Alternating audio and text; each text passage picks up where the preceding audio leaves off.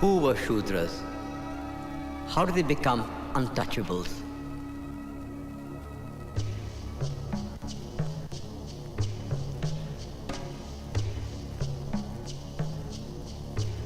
The Purusha Sukta of the Rigveda propounded the doctrine of Chaturvarnya. It says, the four castes emerge from the body of the Creator.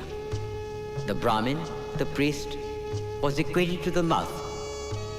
Kshatriya, the warrior, to the arms. Vaishya, the trader, to the thighs. And the Shudra sprang from the feet. Manu, the lawgiver, degraded the Shudras to the lowest level. Once born and untouchable, he remains an untouchable forever.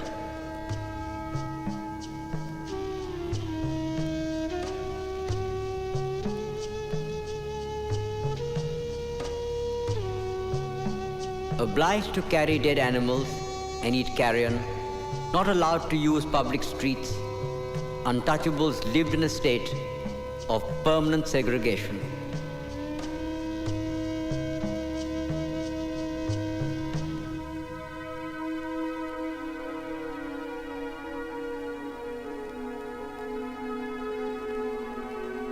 During the Peshwa regime, untouchables were forced to string a broom around their waists to sweep away their own footsteps. They were made to wear an earthen pot round their necks, lest their spit pollute the earth.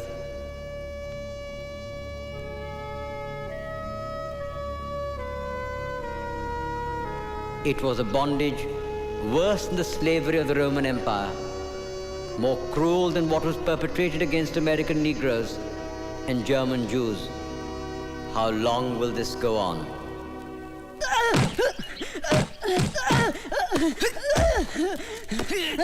Why did you enter the temple? I was taking shelter. Last night it rained very heavily. You have defiled our temple! Your shadow fell on the idol. You filthy scum! You dirty untouchables think you are Ambedkar. Nowadays, everybody's Ambedkar. Hit him! Teach him a lesson! You government son-in-laws? Teach him a lesson he won't forget!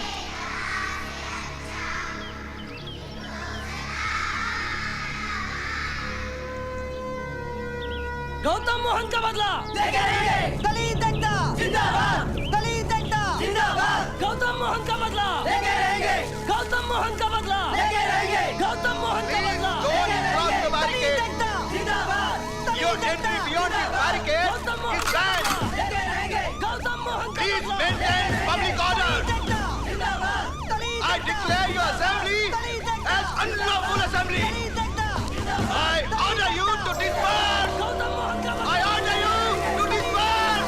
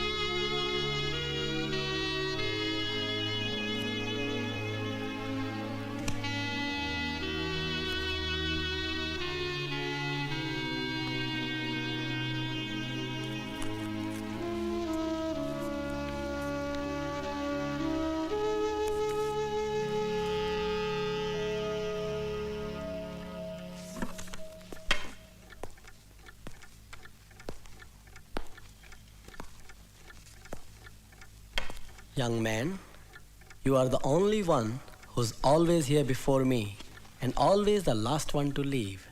Your name? Ambedkar. At last we meet. Professor Seligman talks a lot about you. I am Lajpat Rai. Shh. Can we go outside and talk? Our freedom struggle in India. Oh, I'm sorry. Allow me to introduce myself. You need no introduction, sir. Professor Seligman speaks very highly of the economics thesis you're writing for him. We need men like you in the struggle. Ambedkar, these are very exciting times. The war has completely finished Britain. We must take advantage of that. As you may know, Tilak has begun his Home Rule League in India. And I'm continuing my struggle from here. They have deported me, but they can never defeat me. We are having a meeting next week. I'm sorry I cannot attend. I'm here on a scholarship from Baroda State. I owe it to the Maharaja to concentrate on my studies. Pleased to have met you, sir.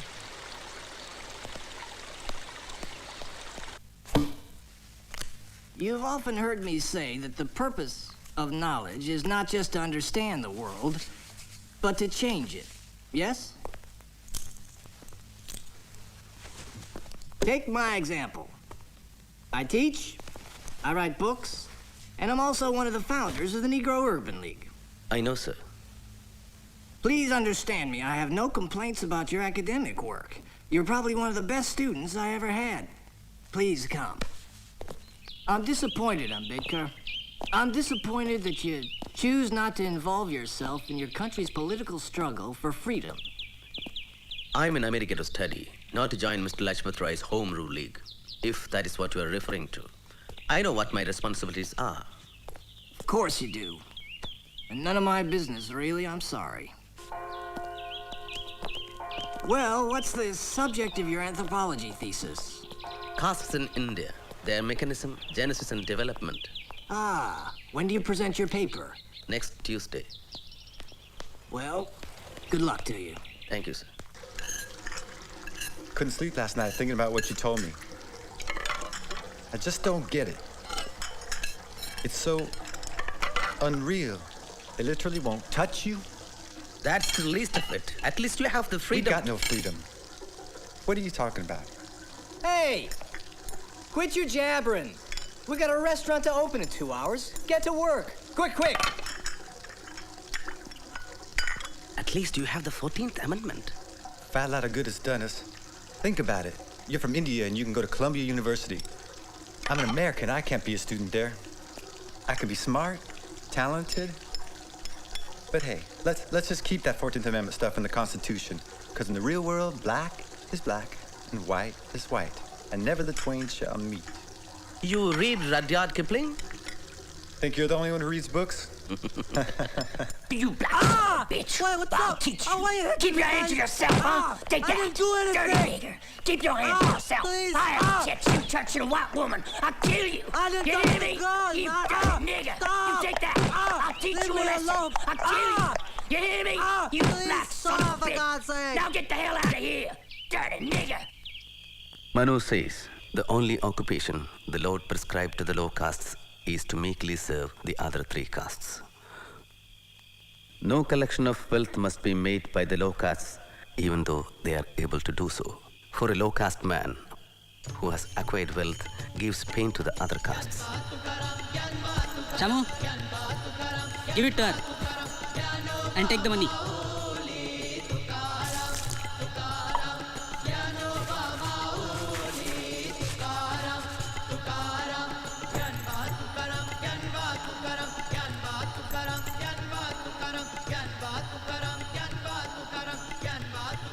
The low caste must never speak to the high caste, save from far away, and when they pass must utter loud cries, and whosoever hears them must leave the road till they have passed. Who wants your wretched money? Go away, go! This boy thinks that just because his father was Subedar Major, you will cut his hair. Army or no army, Mahar is a Mahar. But you're cutting a buffalo's hair. So, you're worse than buffaloes, donkeys and dogs. The high caste must never read the Veda in the presence of low castes. If the low castes hear the Veda, their ears should be filled with molten lead. If they utter the Veda, their tongues should be cut off. Viva! Viva! The teacher said, no Brahmin worth his salt will defy the language of Vedas. Didn't I tell you to go straight to the principal? I did. You said things will be different in Bombay. Stop crying. Stop crying. I say stop crying. Goats are used as sacrificial offerings, not lions. Stop crying. You are the son and grandson of Subedar Major. Mind well.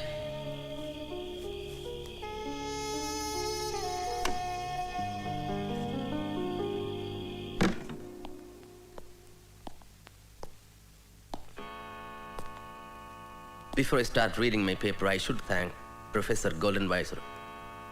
Thank you, sir. Castes in India.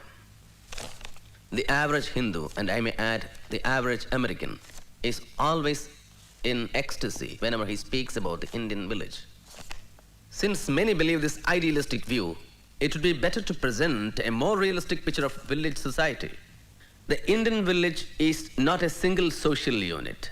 The two major divisions are between the touchables and the untouchables. The touchables occupy the position of a ruling race, while the untouchables occupy the position of a subject race of slaves. These positions are fixed at birth.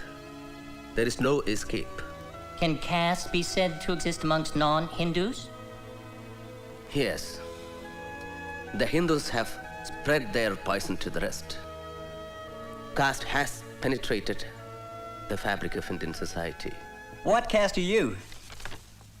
Mahar. Now, if we can get back to the paper at hand. To Ambedkar's grand success! Grand success! Double MA! Oh. PhD! Oh. All in 3 years! While we donkeys are still struggling with our BA! Hey, Professor Seligman's here.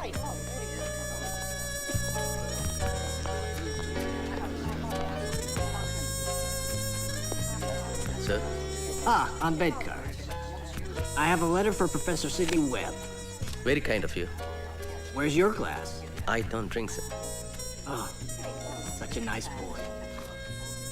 I want to hear from you after you finish your thesis. I'm writing the preface, don't you forget. Don't ask any of those London chaps. Daisy, Daisy, give me your answer too. I'm half crazy over the love of you. Lajpat Rai might not understand you, but I think I do. Your struggle has been much, much harder than his. Well, goodbye, good luck.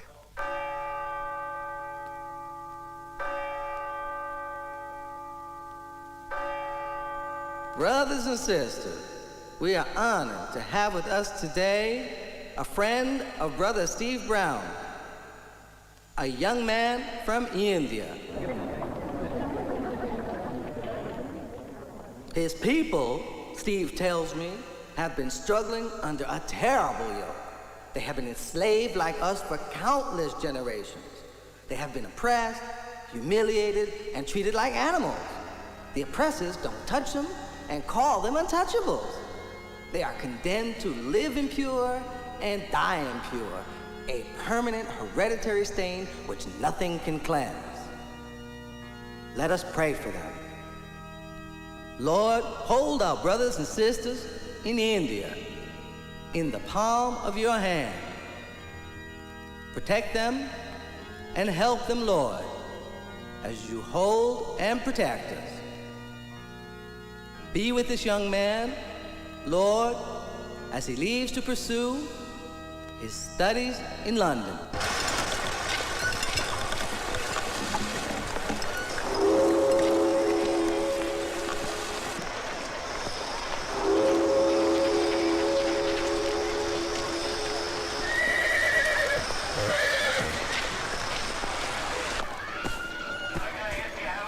Why did you leave America? Because I have finished my studies there. I intend to continue them here. What do you plan to do in London? Enroll at the London School of Economics. Oh. Keep terms at Grayson. Complete my thesis. Consult the archives. And also qualify as a barrister. Oh, is that all? He has got a brain and a half, hasn't he?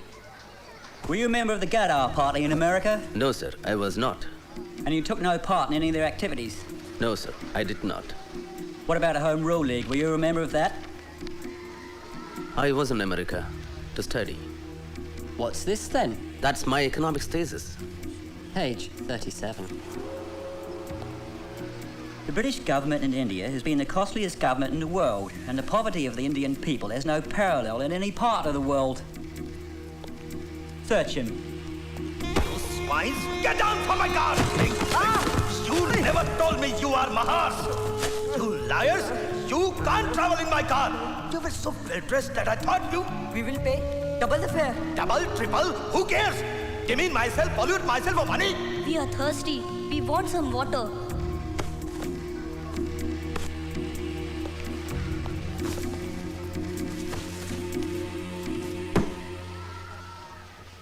Welcome to London. Professor Seligman recommends you highly. What was your thesis for him about? It's a financial history of India from 1765 to the present. Very ambitious. Has it been done before? No, sir. I'm the first. And what thesis do you plan to write for us?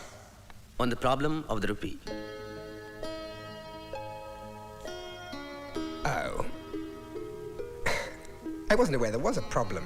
I disagree with Keynes's justification for India's gold exchange standard. Then you disagree with me too? Yes, Professor Cannon. Unless you have changed your opinion. I most certainly have not. I don't mean to be rude, sir. And you think you can prove that both Keynes and I have been wrong all these years? Yes, sir. I think I can. Well, well, well. I certainly wish you good luck. Thank you, sir. I shall look forward to reading your critique.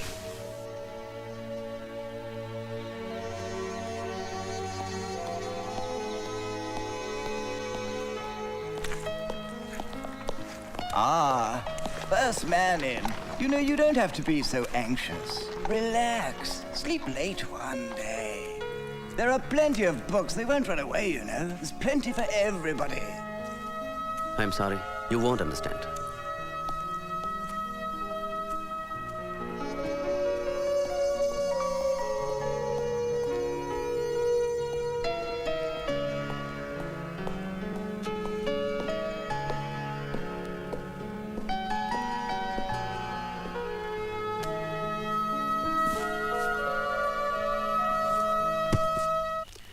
Good evening, Mr. Andrews.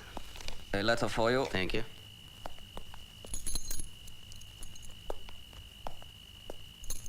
What about this week's bill? Tomorrow.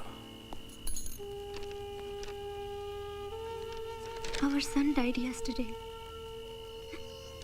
I'm sorry to give you this news. He fell ill.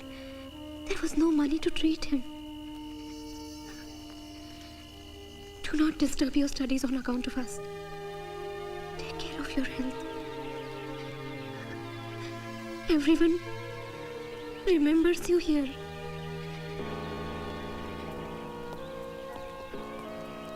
Dear Ramu, it is sad that Gangadhar had to die.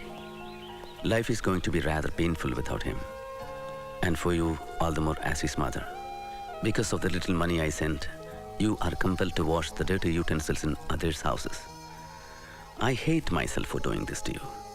And here in London, with the war, life is hard for me too. At times, I have had to sell my books for survival. But one can't complain, Bhimrao. Studying at the London School of Economics and doing law here at Gray's Inn must be difficult, Ambedkar. I'm trying.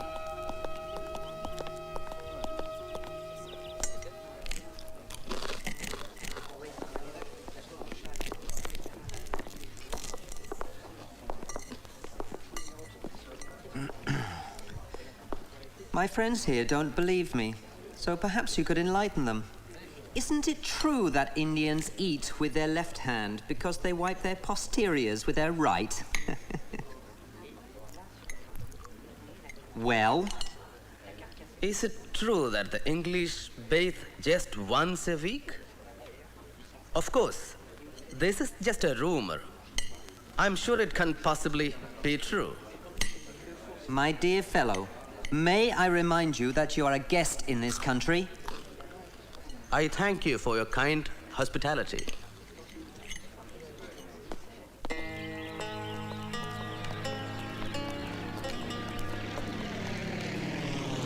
Baroda State regrets to inform you that the period of your scholarship is over and you are required to return to India immediately. As per the bond, you had worked for the Baroda State for 10 years. Diwan, the Baroda State, India.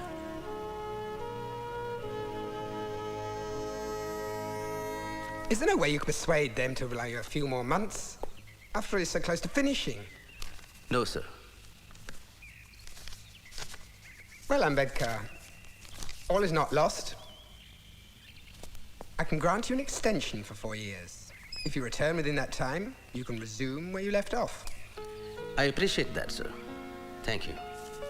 You think you'll be able to return? I don't know. I hope so. Beva, you made us so worried. Why? My ship was only a few hours late. We heard a bomb hit your ship. A bomb? But thank God, it was not your ship. We went to the ship's office. They told us your telegram was wrong. Only your luggage was on that ship. A bomb hit the ship with my luggage? Yes, we thought your ship had sunk. My books were on that ship. Forget about your books. What are you talking? At least you are alive. To India, Montague declares Association of Indians in the Administration. Ananda, you have some money? Home rule comes to India. Hey, you. Anna, are you still wrestling? Oh, yes. Namaste. Rama, Beva has come.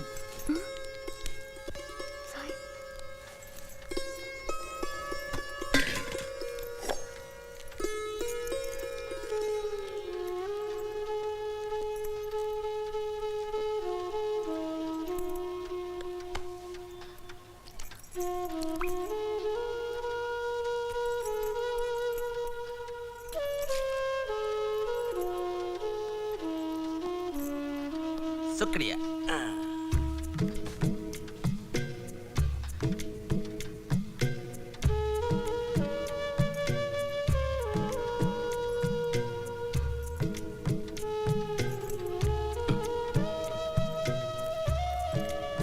Bhimrao, what jewelry did you bring for Ramabai? When the jewel himself is here, what's the need for jewelry? Right?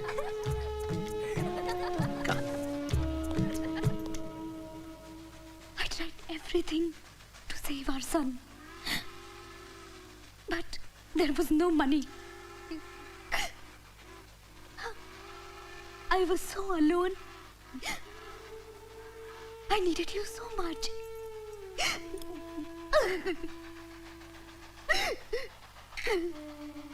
Every morsel of food I ate, I thought of you. Every Saturday I fasted for your safety. I know your hardships and loneliness. You know, sometimes I feel so guilty.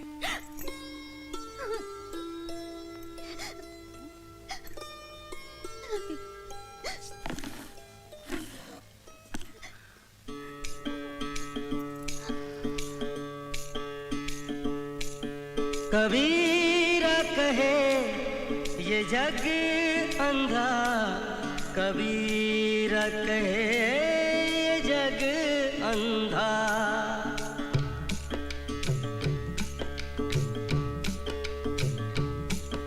कबीरा कहे ये जग अंधा, कबीरा कहे ये जग अंधा।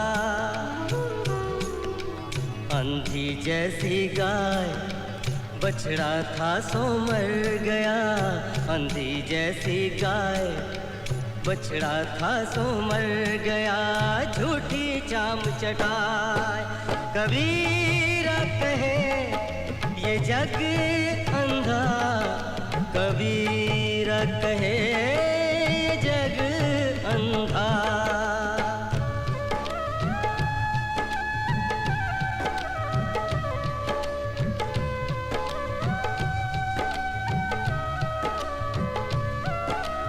गगन घटा कहरानी साधो गगन घटा कहरानी साधो गगन घटा गहरानी पूरब दिशा से उठी है बदरिया ओ पूरब दिशा से उठी है बदरिया रिमझिम बरसत पानी रिमझिम बरसत पानी पूरब दिशा से उठी है बदरिया रिमझिम बरसत पानी ओ रिमझिम बरसत पानी अंधी जैसी गाय बछड़ा था सो मर गया झूठी चाम चटाए कबीरा कहे ये जग अंधा कबीरा कहे ये जग अंधा कबीरा कहे ये जग अंधा I hope all your studying is finished now.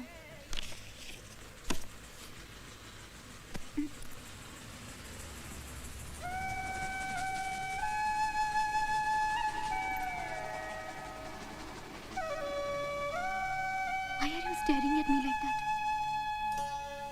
तदेव लग्नं सुदिनं तदेव ताराबलं चन्द्रबलं तदेव विद्याबलं दैवबलं तदेव लक्ष्मीपते ते गृयुगं स्मरामि. Hurry up. You have to finish it before this fish market opens. Shubhmangal सावधान.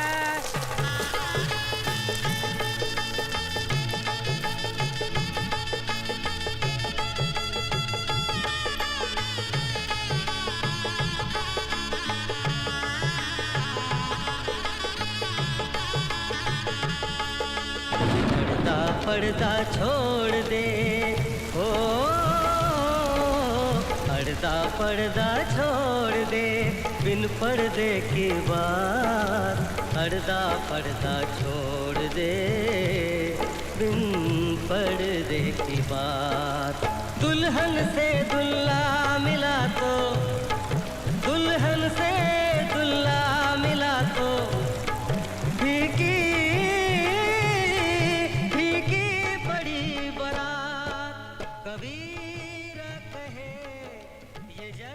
Why are you staring at me like that? Ramu, I have to go back. I had to leave my studies halfway. What are you going to do with so much of knowledge? Enough now. I won't let you go. Don't worry, I'm not going immediately. But you know, I have to go to Baroda to work. I can also come with you. Let me go first and find a place to live. Then I'll come and take Yeshwantan.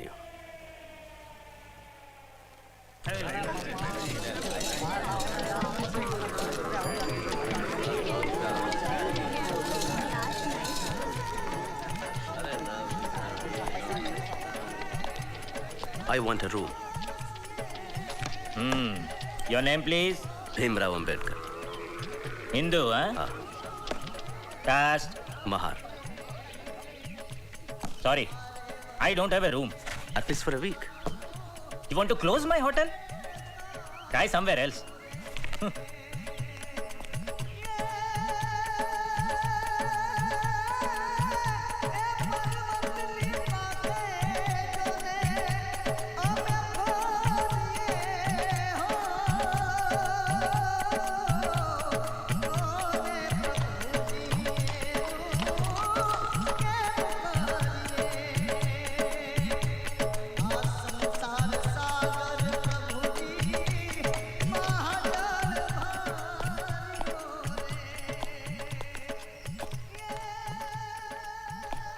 Roshan? Yes? Passenger? Are you alone? Yes. Is this your only luggage? Yes. Come.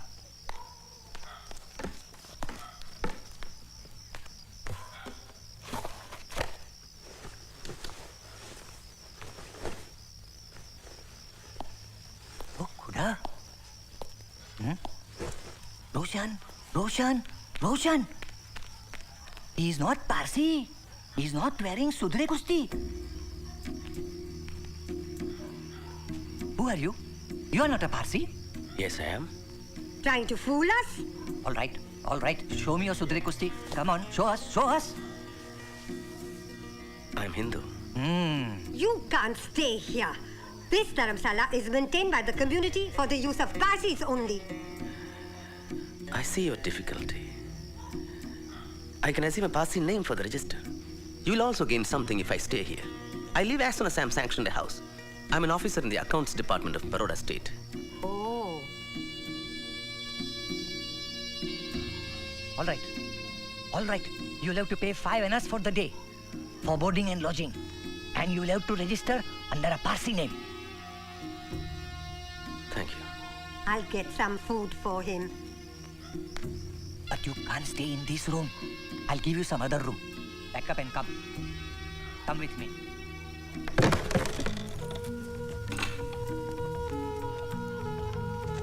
Come. This is where you'll have to stay. All right?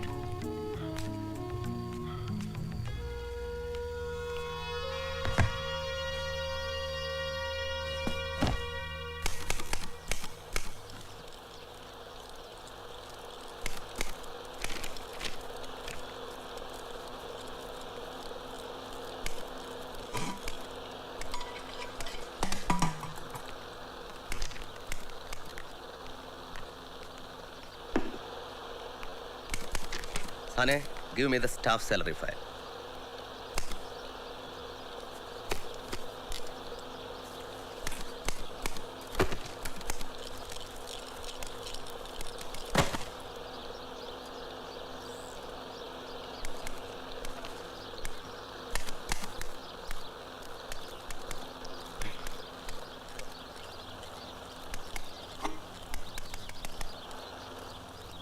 Will you fetch me a glass of water? Didn't you hear what I said? There is no water. What is that then? There is no water.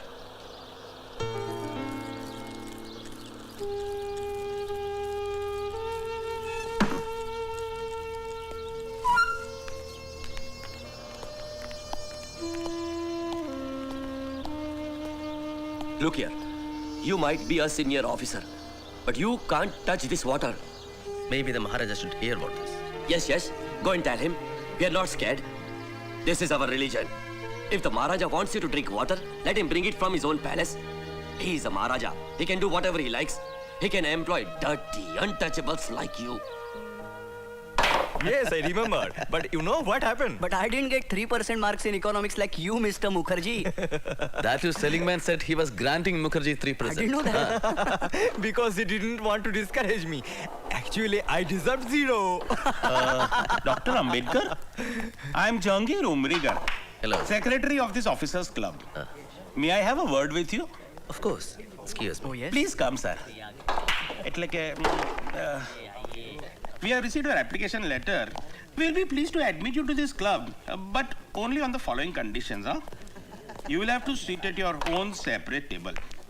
You can use your own cutlery, serviettes and crockery. And only one of our waiters, Maqbool Ahmed, is willing to serve you.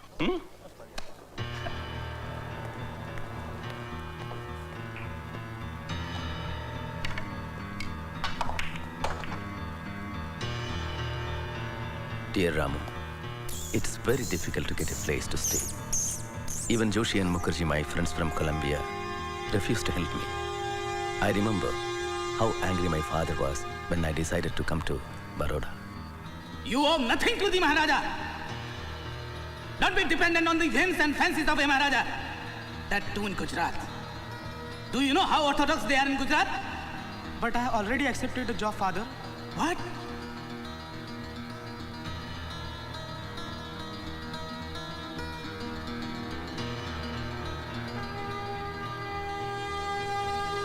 I remember I received a telegram about my father being critically ill.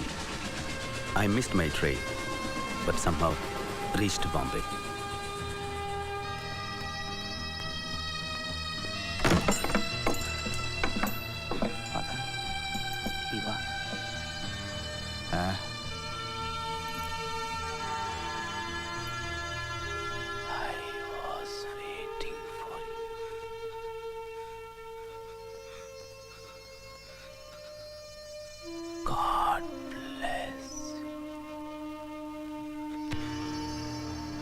Father.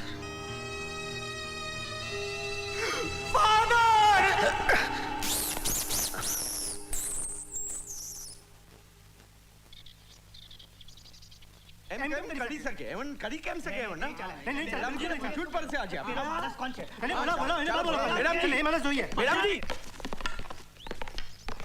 You son of a swine, you fraud, you liar. How dare you take a Parsi name? We know who you are. You are a Hindu and that too an untouchable. What do you mean by staying here? When do you intend to vacate? Please let me stay for just one more week.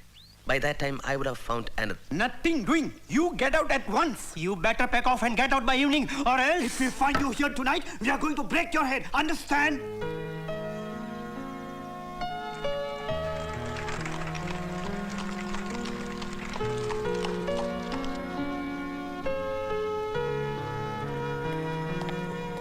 Dr. Ambedkar, Maharaja is expecting you. Please come.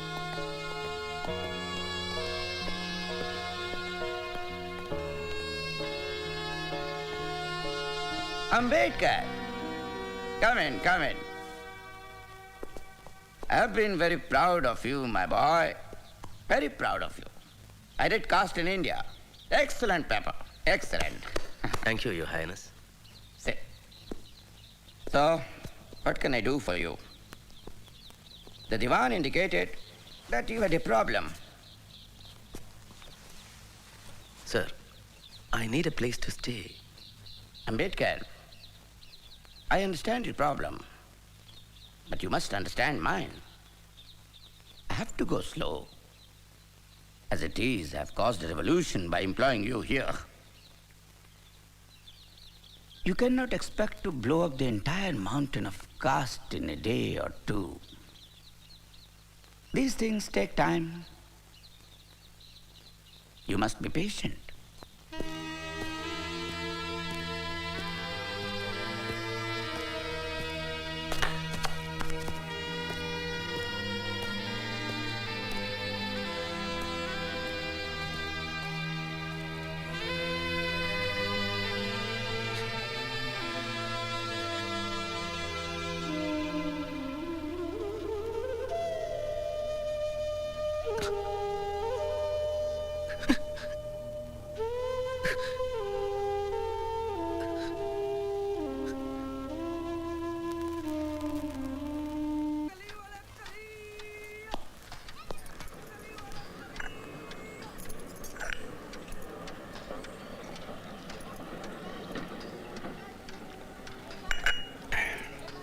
How people can be so cruel to you.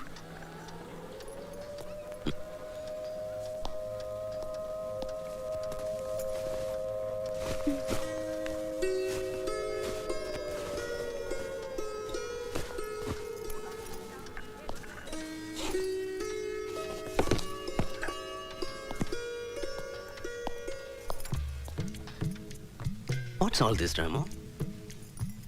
This is the first day that you are going to sit in... Sitnam College. Sit in... Sitnam College. Sit in... Scam...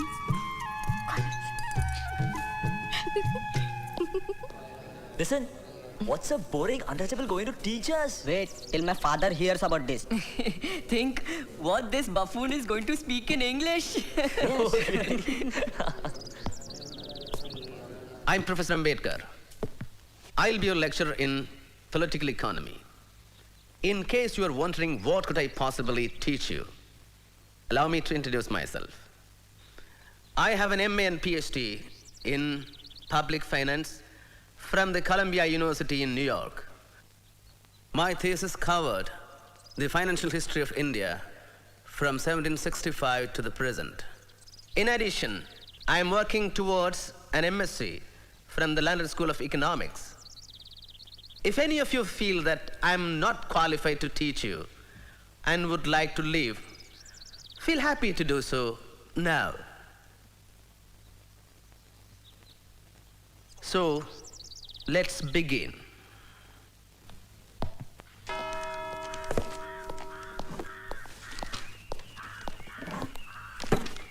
Dr. Ambedkar. Yes? I am Professor Trivedi. this water is reserved for the professorial staff. What do you think I am? Yes, yes, yes. We all know you are a lecturer, but here we are to tell you to bring your drinking water from home.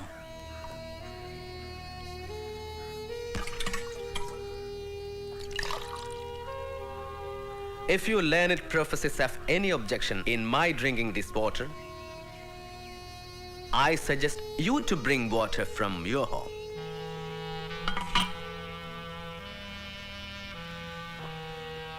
Or purify it. You are Trivedi, so I assume that you know the rituals to purify polluted water. No? I'll tell you. Amedya Shava Chandala Madhya Mansadi Dushidat. That's from Vriddha Harita Smriti.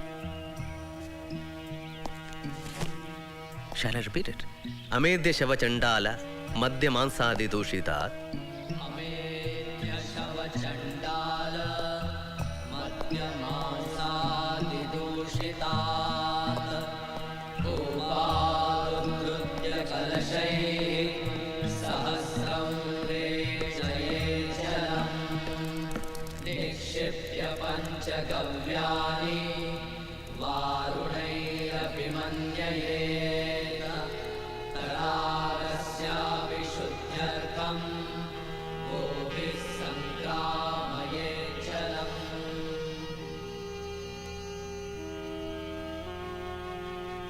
Home rule is as much the birthright of a Mahar as that of a Brahmin. And unless and until this attitude is adopted, the day on which India will have home rule is distant. A Swaraj, where there are no fundamental rights guaranteed for the depressed classes, will not be a Swaraj for us. It will be a new slavery. A Mahar. Oh. What a powerful statement, huh? Diwan Sahib, do you know who is the writer of this anonymous letter? No, Your Highness. Dr. Ambedkar. Dr.Babasaheb told me. Dr. Ambedkar is starting a fortnightly. And he needs some help. Yes, Your Highness. I agree that with uncompromising courage you are trying to eradicate the evil practices created by this caste system and to help liberate the lower classes from the unjust dominance of Brahmins and the priesthood. But still, let us not hurry in this case. No, Diwan Sahib, no. We must encourage Dr. Ambedkar in every possible way. Yes. We will help him to start his fortnightly. Mook Naik, leader of the dumb. Kitti sangutula, kitti sangutulag, kitti sangutulag, kitti Shivatarkar, take this down. India is a home of inequality. Hindu society is just like a tower, which has several stories without a ladder or an entrance. One is to die in the story in which one is born.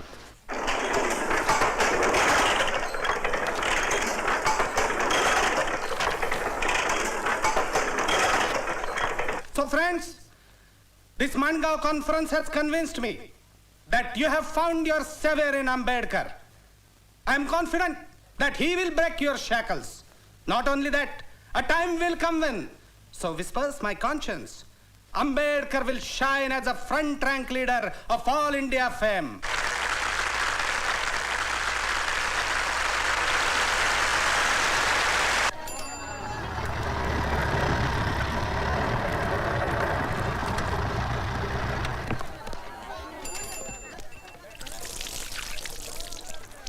Rama, somebody's calling. Who can it be? Oh, Ambedkar! I think he's Shahu Maharaj. Let's go up.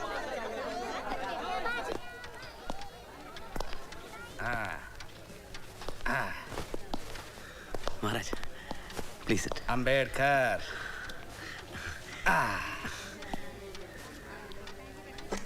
How about a cup of your special tea, Sister Ramabai? Mammootty.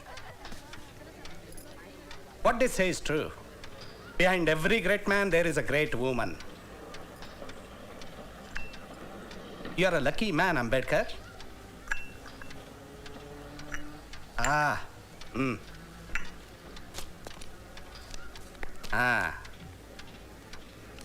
I have a contribution for your London studies. Open it. Thank you, sir. Wonderful. So, come on.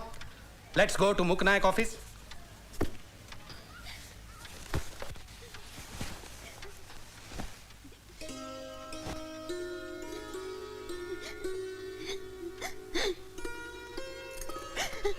Ramu, I can understand your suffering, loneliness, and hardships. But I have to complete my studies. It's only a question of 2 years.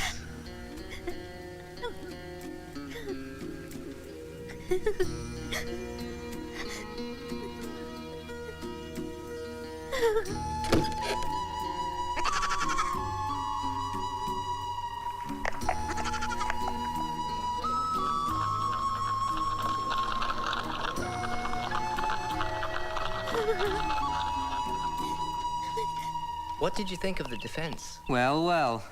Look what the cat dragged in. Oh, Ambedkar.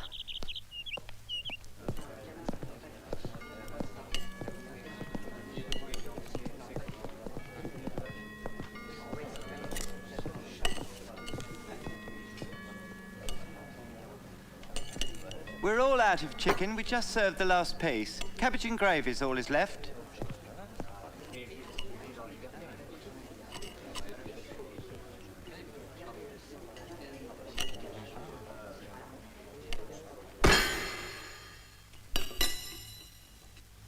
What's the matter?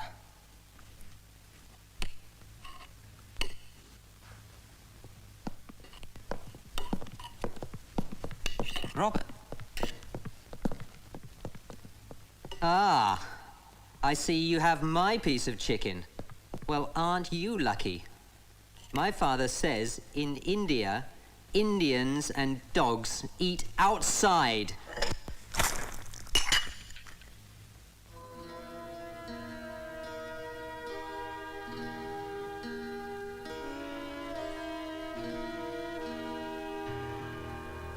Apologize. Apologize.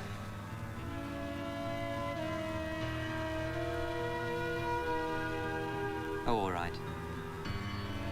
I apologize.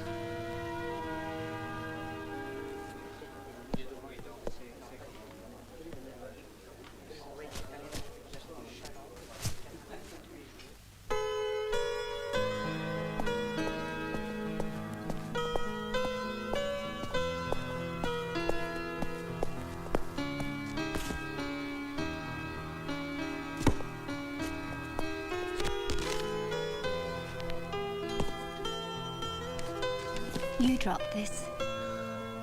Thank you.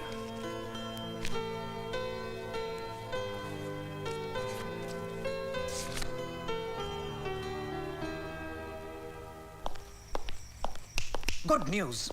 Wonderful. Didn't you hear? Prince of Wales's visit to Bombay? No. What about it? Down shutters everywhere. Black flags. Gandhiji made a huge bonfire of British cloth.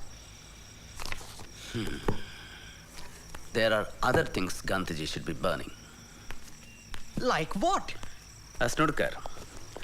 There are 50 million untouchables in India with no civic, legal, political or moral rights. But you see, the British have to leave first. Everything else will follow. Yesterday, you boys had your lights burning till 9:30.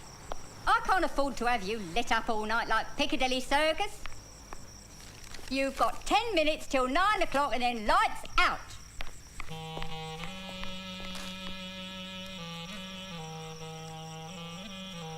Dear Shivatarkar, how is Mokanayak? Life here is very difficult. My landlady is a very harsh and terrible woman. I have to make do with a frugal breakfast, which is also my lunch.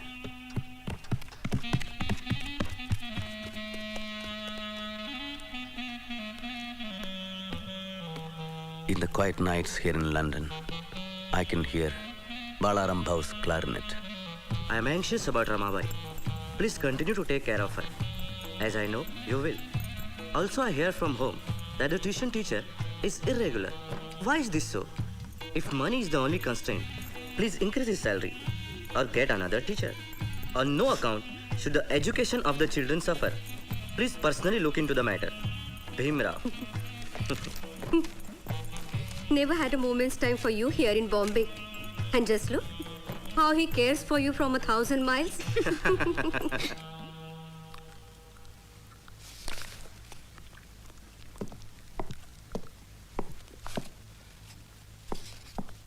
Excuse me, you can't eat here.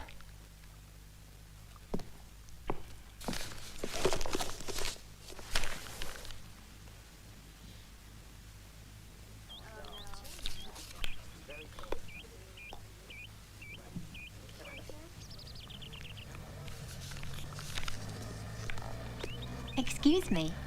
We met the other day. We did? You know, you dropped a paper, and I picked it up. Ah, yes. Barney Fitzgerald. Bhimrao Ambedkar. Pleasure to meet you. You work harder than anyone I've ever seen. I have very little time and much to do. I wonder if I could be of any help to you. I work in the House of Commons. And, well, I have access to a lot of references. Why don't we have a cup of coffee, and you can tell me exactly what you're working on?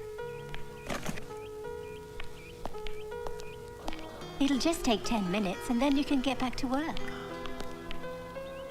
What's the matter? It's not that. I have no money. My treat. Oh, come on. It won't bankrupt me, I promise. Good evening, Ambedkar. Good evening. I read your Mook Nayak, Dumb Hero. I like your writing, but I don't like your ideas. That doesn't surprise me. By the way, you know, Shah Maharaj is dead.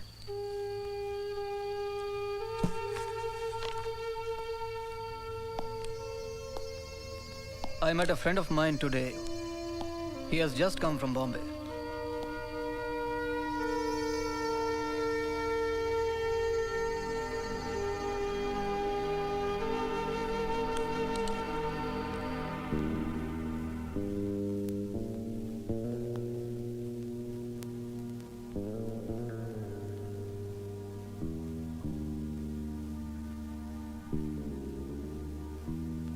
For as in Adam, all men die. Even in Christ shall all be made alive.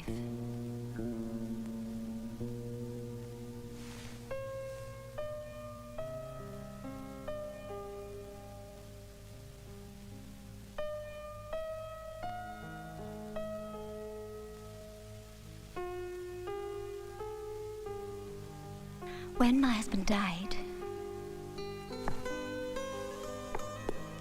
I wanted to die with him. I have been very selfish. I have never ever asked you about yourself. There's not much to tell, really. He died in the war. Any children? I live with my mother. She's the only one I have left.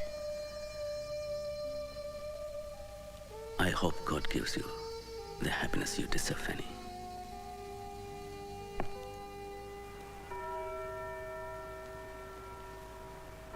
Bhimrao Ramji Ambedkar.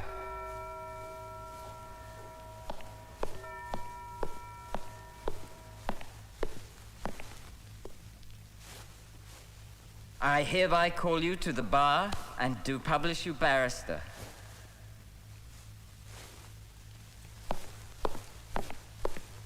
I toast to the new lawyer. May he fight the good fight with courage and lots of success.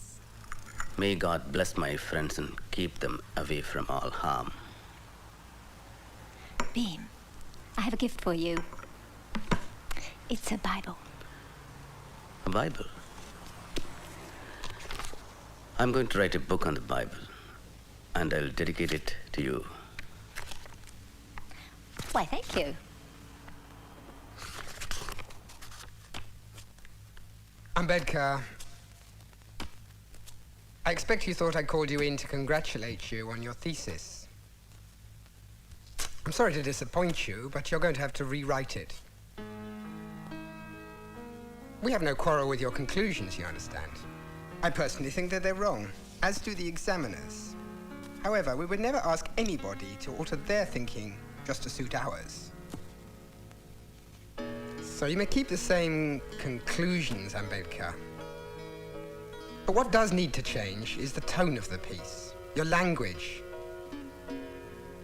This is an economics thesis, not an exercise in empire bashing.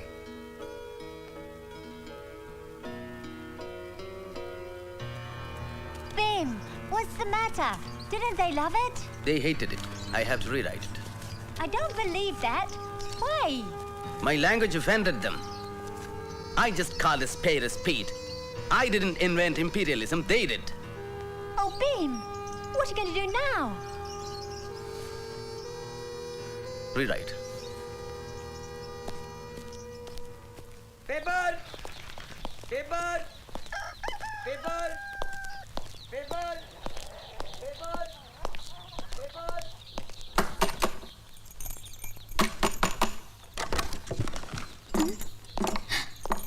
Sahib, it's a surprise. Let me inform Lakshmi Vahini. No, wait. Let me meet you first. How are you?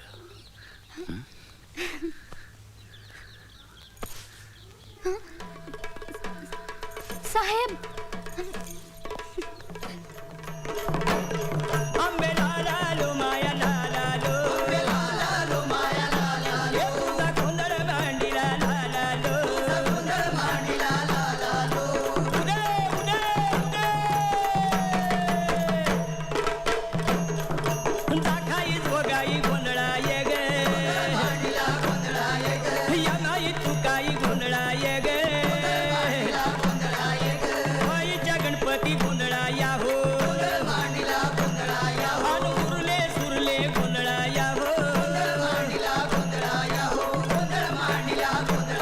Sukriya, here's a pen and a compass box for you.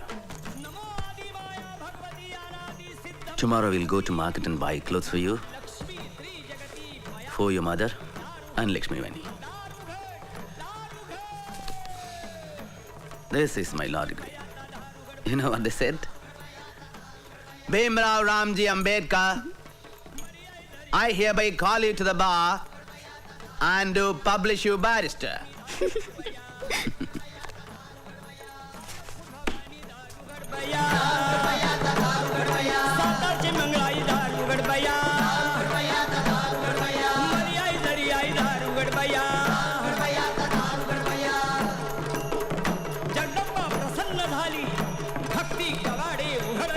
Why don't you wake yourselves up? My heart breaks to see the pitiable sight of your sad faces and hear your sad voices. You have been groaning from time immemorial, and yet you are not ashamed to hug your helplessness as an inevitability. Why did you not perish in the prenatal stage instead? Wake up. Wake up! Why do you worsen and sadden the picture of the sorrows, poverty, slavery, and burdens of the world? With your deplorable, despicable, and detestable, miserable life, you had better die and relive this world if you cannot rise to a new life, or you cannot rejuvenate yourselves. Wake up. As a matter of fact, it is your birthright to get food, shelter, and clothing in this land in equal proportion with every individual, high or low. If you believe in living a respectable life, you believe in self-help, which is the best help. From the presidential chair of the Indian National Congress, Maulana Muhammad Ali referred to a suggestion to divide the untouchables equally between Hindus and Muslims. How dare he speak like that? Are we to tolerate this? Are we to be treated like slaves? How can we trust the Congress after this? Gandhi, the great social reformer, was in prison when this was said, and he remained silent. Do we need such saviors who care more about appeasing the conservative Muslims in their demand for Khilafat? I say no. I propose we establish a central institution for removing our difficulties and for placing our grievances before the government. I propose we call our organization the Bahishkrit Hitakarni Sabha.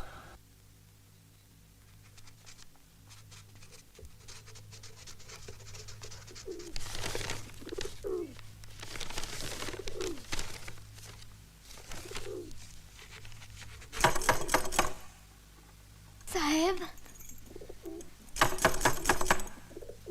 Saheb? Saheb? Saheb? What do you want? Can I have some peace in this house? You've locked yourself since morning. You didn't eat anything. I'm not going to die if I don't eat. You go and eat. Please leave me alone for a while.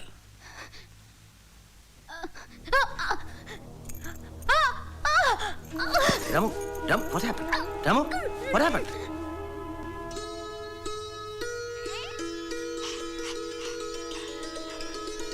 Dear Dr.Ba, our son Rajarathan has brought joy to my hectic life. When I see him, I remember my father's fondness and love for me. I'm happy to see him around. I'm trying my best to establish myself as a good lawyer. Yet being low caste makes things all the more difficult. But then, Rajarathan is our comfort. Bhimrao! Bhimrao, Rajarathan is very serious. Please hurry up.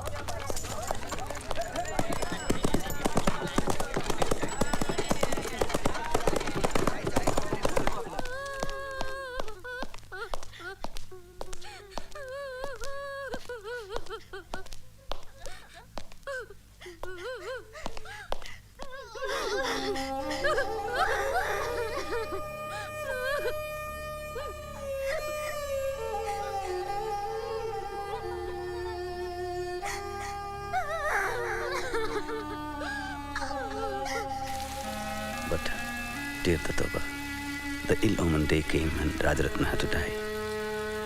And now that we have buried the fourth of our auspicious and sprightly children, all the salt from our life is gone. Tell me, Dr.Ba, why is destiny so cruel? Why did Rajarathan have to die? Why? I, Bhimrao Ramji Ambedkar, Having been nominated a member of the Bombay Legislative Council, do solemnly affirm that I'll bear true faith and allegiance to His Majesty the King Emperor, as by law established, that I will uphold the sovereignty and integrity of British India. We should start our agitation from somewhere in Konkan. That who comes under the Bole resolution in the Bombay Legislative Council about the untouchables being allowed to use all public watering places. Let's begin the agitation of Mahat to the opening of the Saudar tank for the untouchables. This will be the commencement of the social revolt. Sahasrabuddhe, Chitre, and Tipanis should reach each and every village and get people to gather in thousands.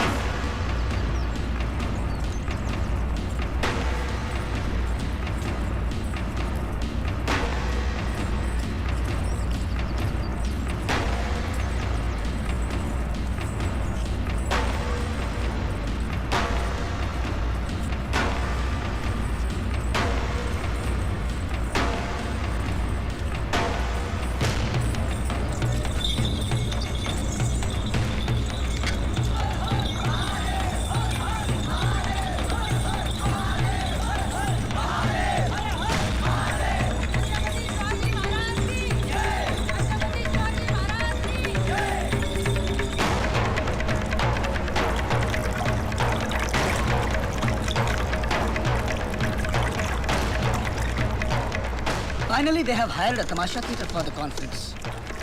And hundreds of people are marching towards Mahal.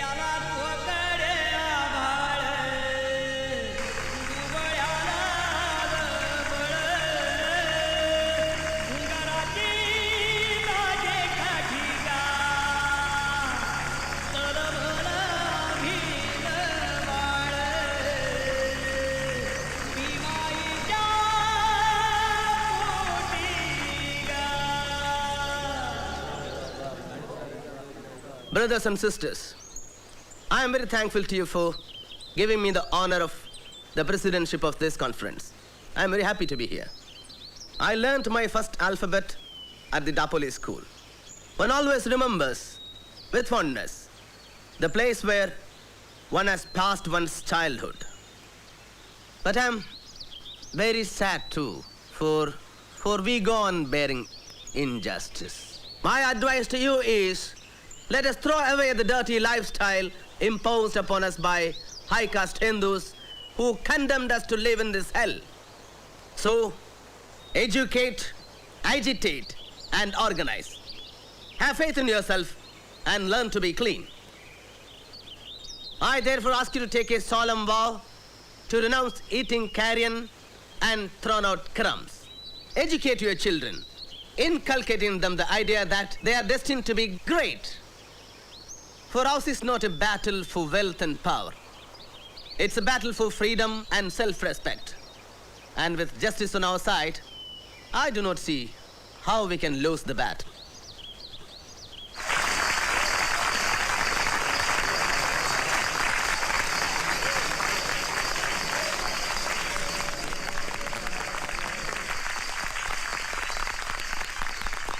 The untouchables of Mahad find it very difficult to obtain drinking water. To remove this difficulty, the Mahad municipality, in accordance with the Bole resolution, has opened the Saudar tank for the public use, irrespective of caste. But you all know, so far, the untouchables of Mahad have not implemented this resolution because they have been afraid.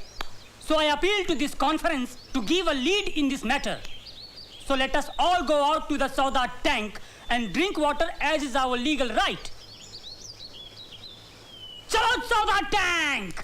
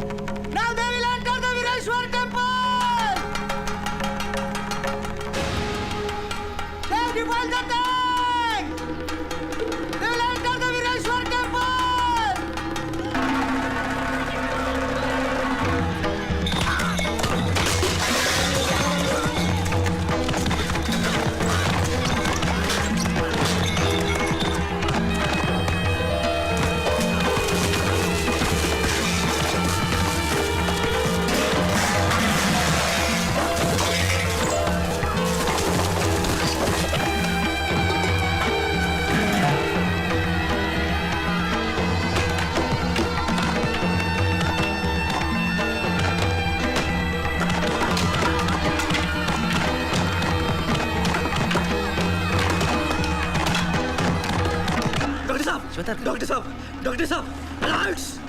Riots? Yes, they are armed with lathis and they are brutally beating up people. It's chaos, confusion. Dr. Saheb, please stop them.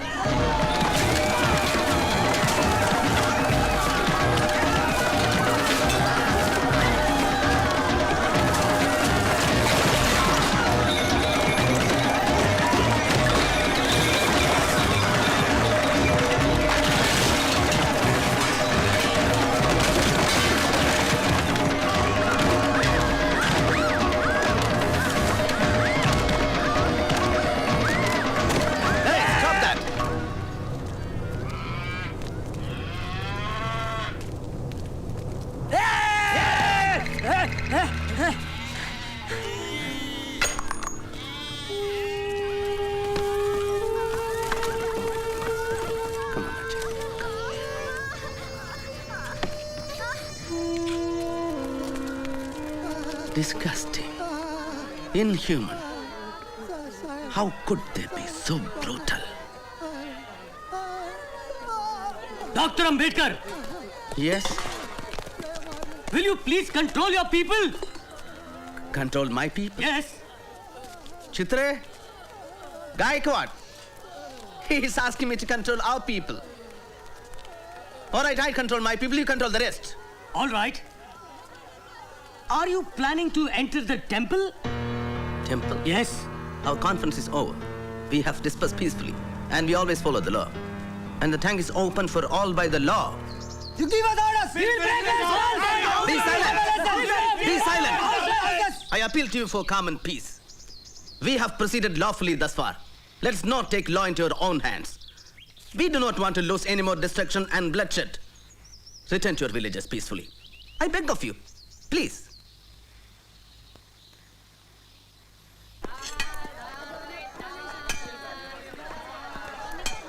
He has not slept. He has not eaten. He has fallen sick worrying about you.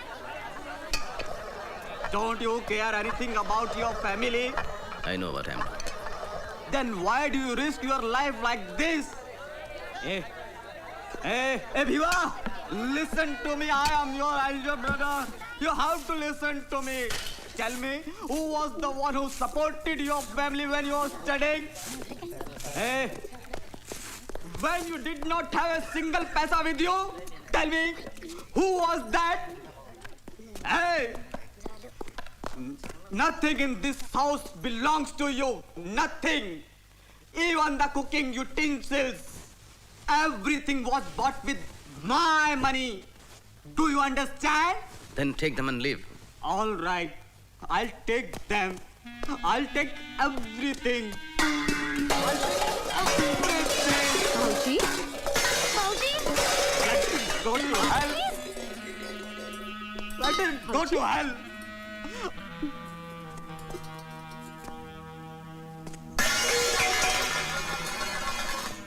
All right. I will never set my foot again in this house. Never again. All right? Never again shall you see me. I want to live alone. Bauji, have you eaten? Yes.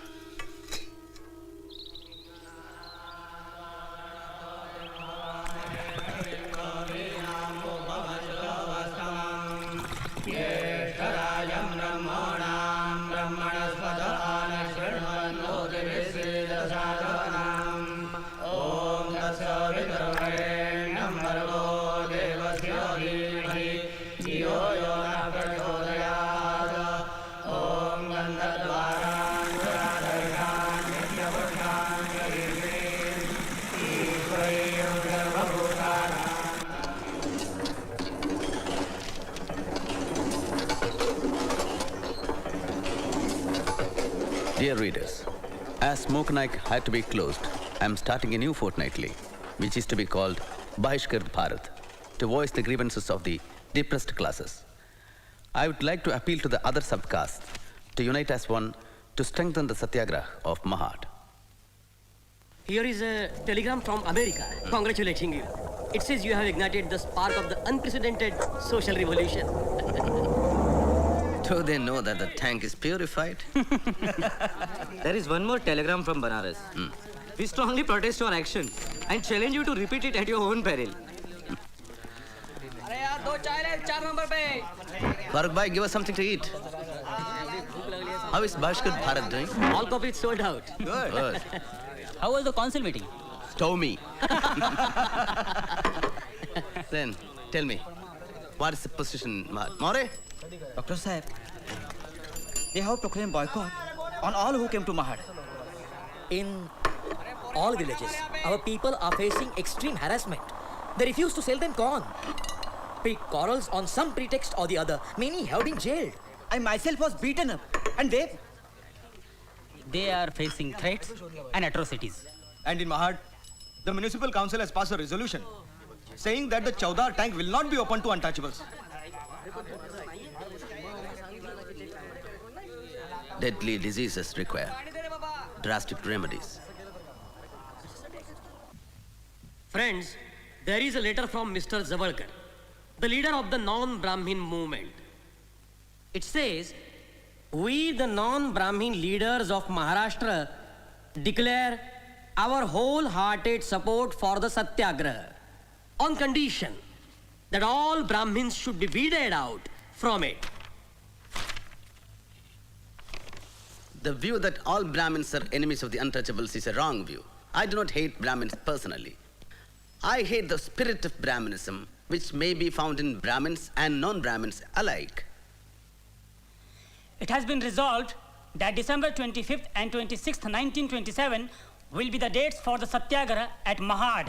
Har Har Mahadev! Har Har Mahadev! Dr. Bhimrao Ambedkar! Dr. Bhimrao Ambedkar! I am the parent, police superintendent here, Dr. Ambedkar. The collector would like to see you. Please come. Brothers, while you march in Mahad, observe strict discipline. Satyagraha loses power if there is no discipline. You lead them, Chitra. I'll join you. Sahasrabuddhe, come with me. Chalo Mahad! Asprushata! Asprushata! Asprushata! Asprushata!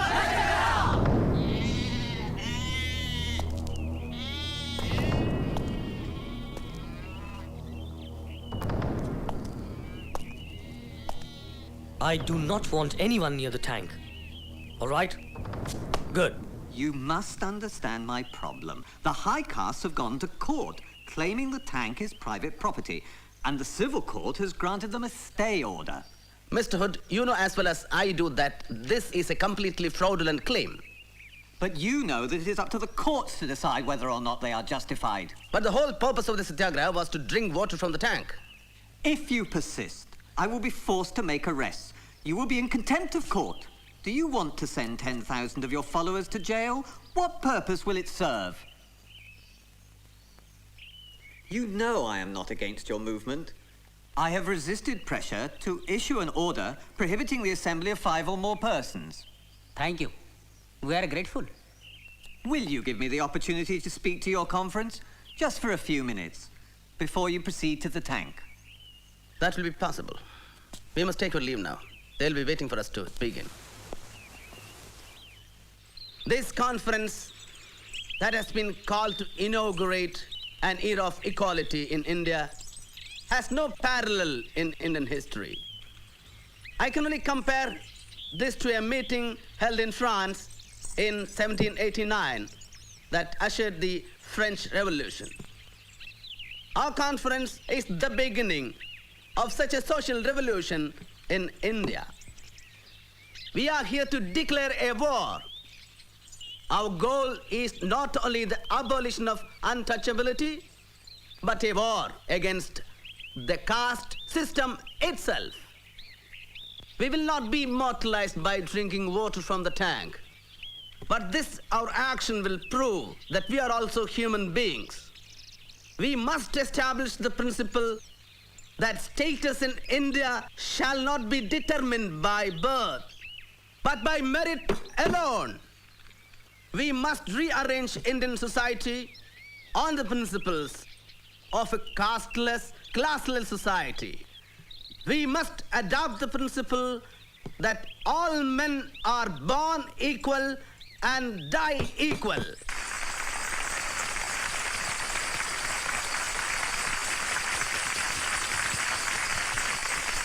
Let's destroy the authority of the ancient Hindu scriptures that abound in inequality. Brothers and sisters, religion and slavery are not compatible.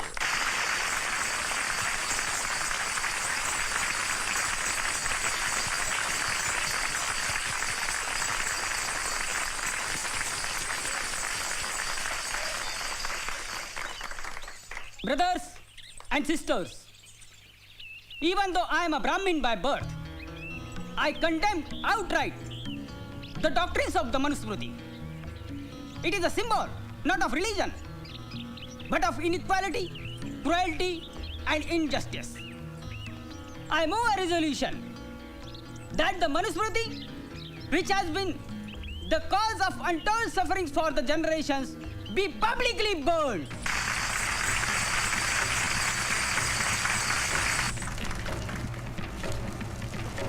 क्षुद्रतु कार्ये दास्यं कृतभकृतमेव वा दास्यायौ हि सृष्टोऽसौ ब्राह्मण्यास्य स्वयंभुवा वैश्यशूद्रो प्रयत्नेन स्वानि कर्माणि कारयेत् सौ हि चितो स्वकर्मभ्य क्षोभयेतामिदं जगत् न स्वामिना निसृष्टोऽपि शूद्रादास्याद् विमुच्यते निसर्गजं हिततस्य कस्तस्मात् दपोहति.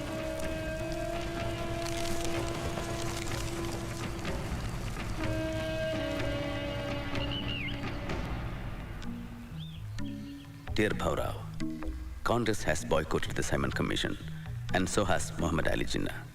But I am determined to attend it in spite of all the anger and fire against me. During this crisis, I miss Balaram Bhau. He would have supported me had he been alive. After giving my classes in the law college, I'll be going to Pune. There I have to meet the Simon Commission tomorrow. Sai, take care. Markebo was telling me that your enemies are... Rama, you still have a fever. Don't forget to take your medicines. I'll take care of myself. So you are particularly anxious to get appointments in the public service? Yes, decidedly. Why is that so? Our experience on the administration of the law is very bitter. In most of the cases, the law is administered to the disadvantage of the depressed class man. I understand that you have been very active in the uplift of the depressed classes. Do the higher classes help you in this work? The whole caste Hindu population insist upon the depressed classes doing the unclean jobs. Because giving up doing these jobs means that the depressed classes are exceeding their social status, rivaling the upper class. What do you want to represent as the proper way in which the Constitution of India should deal with the depressed classes? The first thing I would like to submit is that we claim that we must be treated as a distinct minority, separate from the Hindu community. Secondly, the depressed classes minority needs a far greater political protection than any other minority in British India, for the simple reason that it has been kept educationally ever backward, economically poor, socially enslaved, and suffers from grave political disabilities from which no other community suffers. So, we claim reserved seats if accompanied by adult franchise. And if there is no adult franchise? Then we would ask for a separate electorate, certain safeguards regarding the education of the depressed classes and their entry into public service. Mr. Solanki, do you keep the same view? Yes, of course. If the details of the scheme which you've laid out were to be introduced into the constitution of this country, would it not lead to perpetual class war? It might. But it would depend on the attitude of the majority, Sir John. Therefore, you would not, as a sagacious statesman. I do contemplate, and I do desire, the time when India shall be one. And I believe that a time will come when all these things will not be necessary. But again, it would depend upon the attitude of the majority towards the minority. How many members of the depressed classes practice at the bar? I am the only one. Any more questions, gentlemen? Thank you, Dr. Ambedkar, Mr. Solanki. Thank you, Major Atlee. Simon! Simon! Go back! Go back! Britishanse hastak! Ambedkar! Ambedkar! Britishanse hastak! Ambedkar! Ambedkar! Ambedkar answer! Ambedkar answer! Dr. Saheb, don't you think that those who are clamoring for the independence of the country have inconsistent attitude? Yes, of course. They raised violent protest against the insulting treatment meted out to Indians in South Africa and to Indian students in Britain. And at the same time, denying human rights to their own countrymen and co-religionists in India. I find this attitude inconsistent, selfish, and shameless. Which is why my editorial says that we must act in a forcible way so as to let the caste Hindus know that to observe untouchability is a risk as dangerous as bearing live coals on their tongues.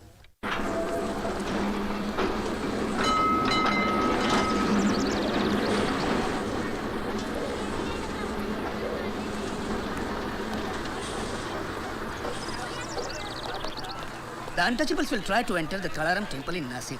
And if this is opposed, we will insist on Satyagraha. Naik, the political rights of the untouchables are more important than the temple entry. We just want you to lead the movement. We will take all the responsibilities. All right, Paurao. Then send a notice to the trustees of the Kalaram temple about the Satyagraha.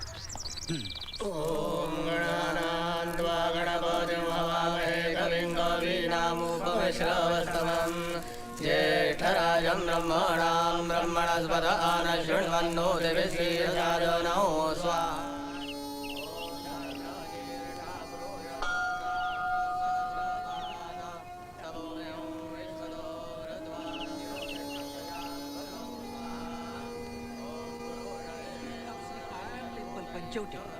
are not the owners of the temple. They have no right to interfere in the traditions. Since the inception of the temple, our ancestors were appointed as the priests, and we are following them honestly. We, the priests, are the supreme powers of the temple. If the trustees use their rights in a wrong way to defy the purity of the temple and allow the untouchables to enter the temple, we will strongly protest.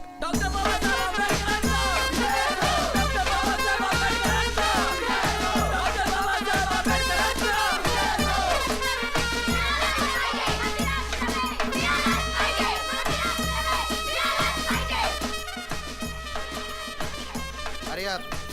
Hurry up. Close all the doors now. मंदिरात प्रवेश! मंदिरात प्रवेश! Doctor Babasaheb आंबेडकरांचा!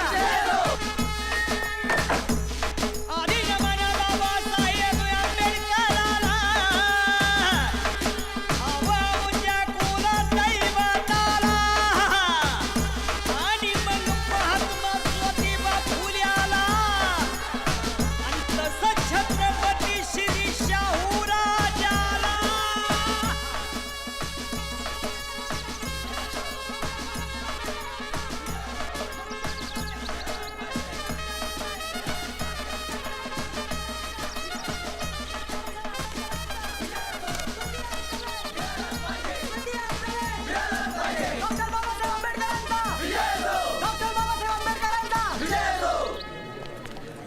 By the order of the district magistrate, all the gates of the temple are locked.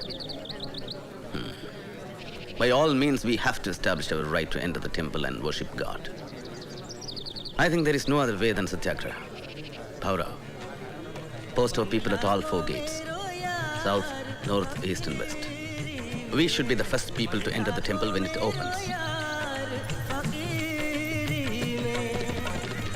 जो सुख पायो राम भजन में जो सुख पायो राम भजन में सो सुख नाई अमीरी में मन लागो मेरो यार फकीरी में मन लागो मेरो यार फकीरी में. Dr. Ambedkar, don't you feel that it's a crime to block the gates and not allow the people to enter the temple? I know, Mr. Gordon, it is. Suppose I order the Indian Penal Code 144 and allow only 4 people here. Still, we will struggle to establish our rights. डाली छेड़ू ना पत्ता छेड़ू ना कोई जीव सताऊं What attitude do you propose to adopt in connection with this Rath procession? The untouchables will participate in dragging the Rath, and we will offer the puja to the idol in the Rath, and that has been a tradition. Caste Hindus will bring the Rath to the main door of the temple, and after they have dragged it 10 feet from the gate, they will stop. And your people can join by holding the rope fastened to the Rath. Is that agreeable to you? Yes, I agree.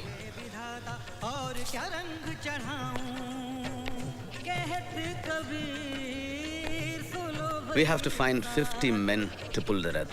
How do we choose 50 out of 5,000? Choose the hefty and able-bodied.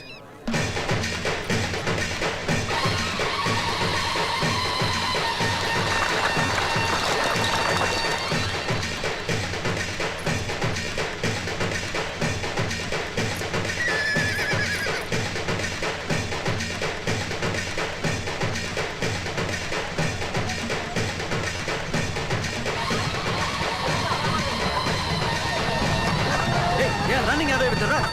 Hold them! Go on, hold them!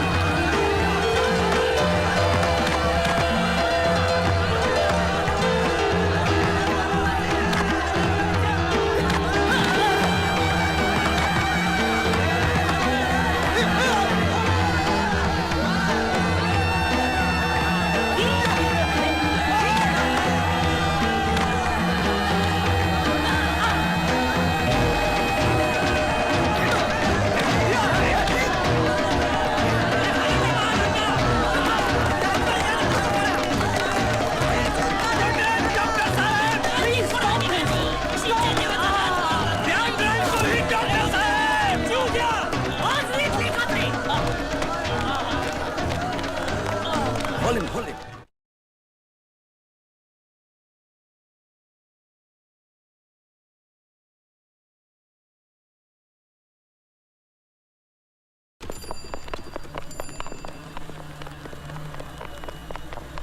The actions of the district magistrate and the threat to withdraw the police indicates that the government is not willing to use the power to help the people who are struggling for their rights. Such a government is no good for anybody. I don't agree with the findings of the magistrate of Nasik. I have already written to the governor about our version of the story, which is true. Dr. Ambedkar? Yes? From the Viceroy. Thank you.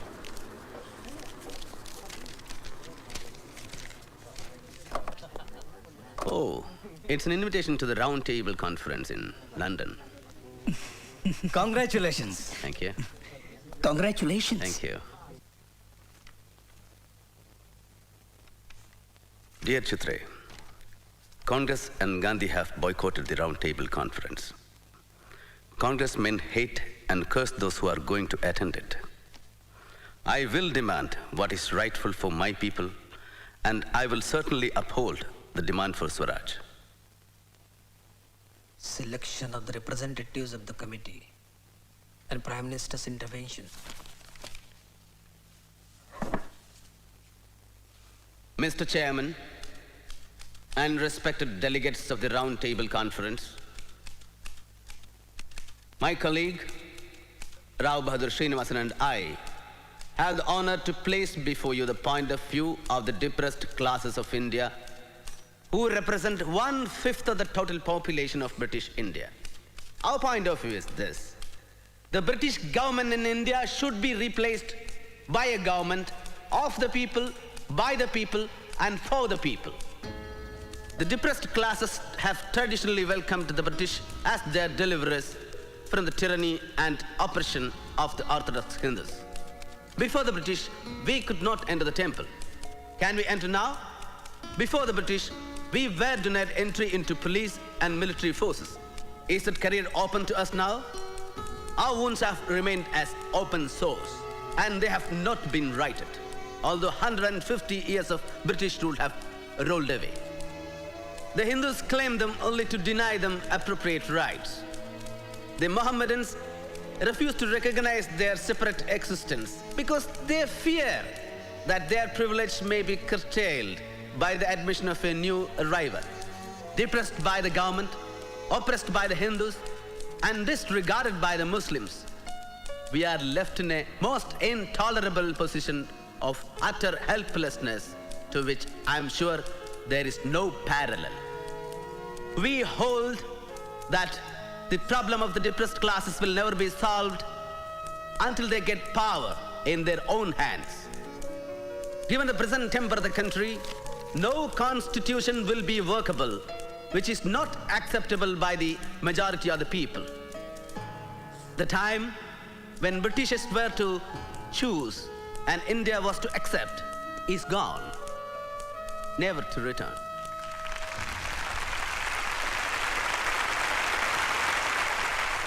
Dr. Ambedkar, the man of the hour. Yours was the best oratory of the entire conference. I only said what was true. My boy, I'm so proud of you. I remember the first time we met, like it was yesterday. Well, I must go now. Thank you. Well done. Sir, while we are on the subject, regarding my loan. What loan? For my studies. Oh, that was a scholarship. Dr. Ambedkar, you were wonderful. Thank you. That is what I thought, sir. But the Divan has been writing to me for the past 6 years, asking me to repay the loan. He has even written to the college where I teach. That is preposterous. I'm terribly sorry, my boy. I'll take care of this. Our London radio correspondent says Dr. Ambedkar made a great impact on the British Parliament. The foreign press is eager to meet him when he arrives in Bombay. Thank you for agreeing to talk to me. My pleasure. Dr. Ambedkar, I've been following your movement for a long time, and there's something I don't understand. You have been an opponent of the Congress Party. They boycotted the Round Table Conference, and you went ahead and attended. And yet recently, you successfully defended the 47 Congress Satyagrahis involved in the Chirana firing case. Isn't that a contradiction? Miss Rosa Epstein. Miss Epstein, there is no contradiction in my position. I took up this case only for the principles involved. I don't agree with the Congress, but I do believe that every citizen has a right to agitate. The rights and the liberties of the people are far more important than the stability of the government. Why should Gandhiji himself send for you? Obviously, to lure our flock of sheep to his fold. Don't you fall under his spell. He's not a god. We should stick to our stand. Yes, yes. Namaste. Namaskar. Bapuji is on the terrace. Namaste. Namaste. And how is your progress with the charkha, Miraben? I'm trying, Bapu. Good. You are doing absolutely fine. Just concentrate. One day you will master it. Good, good. That's right. That's right. Bapuji, Dr. Ambedkar has come. Ah, yes. Dr. Ambedkar, you wish to see me? Gandhiji, you sent me a note calling me here. Oh, yes. That is so. I believe you have some grievances against me and the Congress. Let me tell you, I have been troubled by the problem of the untouchables since my childhood. Before you were even born, Dr. Ambedkar. And because of my efforts, it has been made a plank on the Congress platform. And that is not all. We have spent not less than 20 lakhs on the upliftment of the untouchables. So it is really surprising that men like you should offer opposition to me and the Congress. Frankly, Congress has given only formal recognition to the problem. Hypocritical. Empty words that have no meaning. You said Congress spent 20 lakhs. I say it was all a waste. If Congress was sincere, it would have made removal of untouchability a condition to becoming the member of the Congress, not to wear qadar. You say the British government does not show a change of heart. I say that the Hindus have not shown a change of heart either.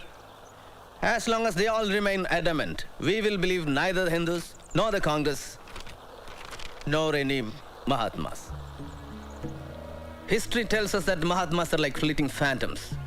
They raise dust, but raise no levels.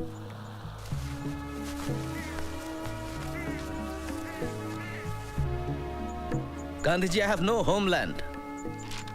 But this is your homeland, Dr. Ambedkar. And from the reports that have reached me of your work at the Roundtable Conference, I know that you are a patriot of sterling worth. How can we call this land our home when we are treated worse than cats and dogs? And the injustices inflicted upon us are so enormous that if we should ever be disloyal, the fault will lie with this land and not with us. The congressmen oppose our movement and dub me a traitor, and you call me a patriot.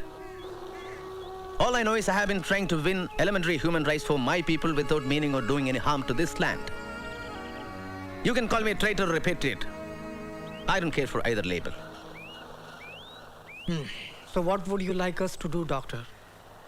You have agreed to political safeguards for the Muslims and Sikhs, who are politically and economically much more advanced than the untouchables. The Roundtable Conference has recommended similar political safeguards for the untouchables too. What's your opinion about that? I'm against the political separation of the untouchables from the Hindus. That would be absolutely suicidal. I thank you for your frank opinion. It is good to know where we stand as regards this vital problem. I take leave of you, Gandhiji.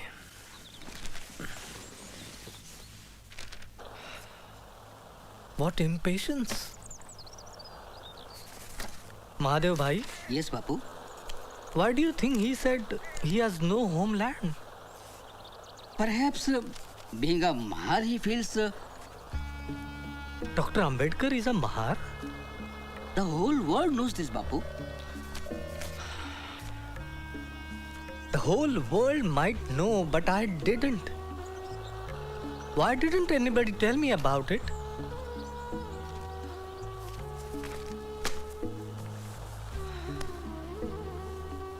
I thought he was a progressive Brahmin from Pune. Mr. Gandhi left for London today to attend the Roundtable Conference. He expressed his views to the press that the delegates were not chosen by the nation, but were chosen ones of the British government. Mr. Gandhi's participation does not substantially alter our position. Our first priority is to arm the repressed classes with political power. That is the only way. But Dr. Ambedkar, don't you think that education will change the situation of the untouchables? Have you been speaking to Mr. Gandhi? I'm the most educated person amongst us. Still, I am treated as an untouchable in society. What demands are you going to make? We demand a complete partition between ourselves and Hindus. And how do you propose to do that? In the future Constitution of India, the depressed classes should be given a fundamental right declaring untouchability to be illegal and punishable by law. Mr. Gandhi said that the separate electorates will perpetuate the stigma and untouchable will remain untouchable. Let him say that. You cannot untwist a 2,000-year-old twist of human mind and turn it in the opposite direction. Oppressors never become saviors, which is why I want political power. Not well-meaning words, not good intentions, and no charity. What support do you have to get from the... Mr. Chairman, I know what is on the minds of the delegates. The question of representation claimed by minority communities. We are reconciled to giving the Muslims and Sikhs special treatment. There are sound historical reasons for that. But as far as the untouchables are concerned, I and Congress strongly resist any special representation to be given to them. Untouchables are a part of Hindu religion and cannot be separated from it. Thank you. Declaration of war against us. Yes. Then, what happened? He has asked for an adjournment of the minority committee. I hear that he is planning to make a deal with the Muslims. What sort of deal? Congress will accept the Muslims' 14-point demand if the Muslims opposes. I don't understand. But why would he go to such lengths? He's supposed to be a great saint. Surely he can see the justness of your cause. Saint? He is a seasoned politician, my dear. When everything else fails, Gandhi will resort to intrigue.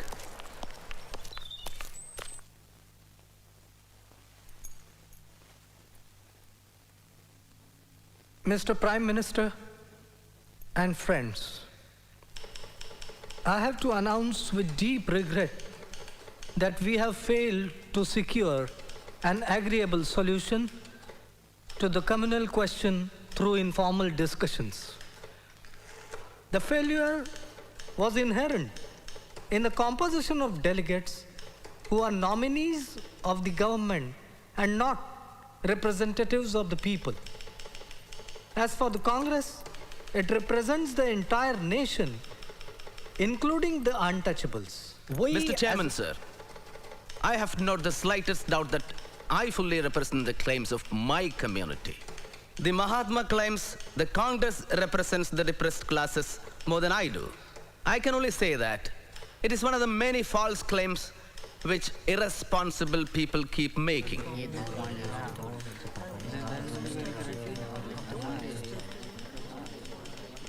Even these telegrams coming to me from various parts of India, sent by the depressed classes, express no confidence in the Congress movement. And they condemn the methods adopted by the Congress workers. Let me make another point very clear, Mr. Prime Minister.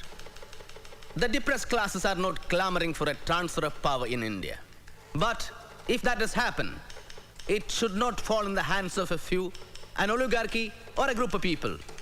The power should be shared by all the communities in their respective proportions.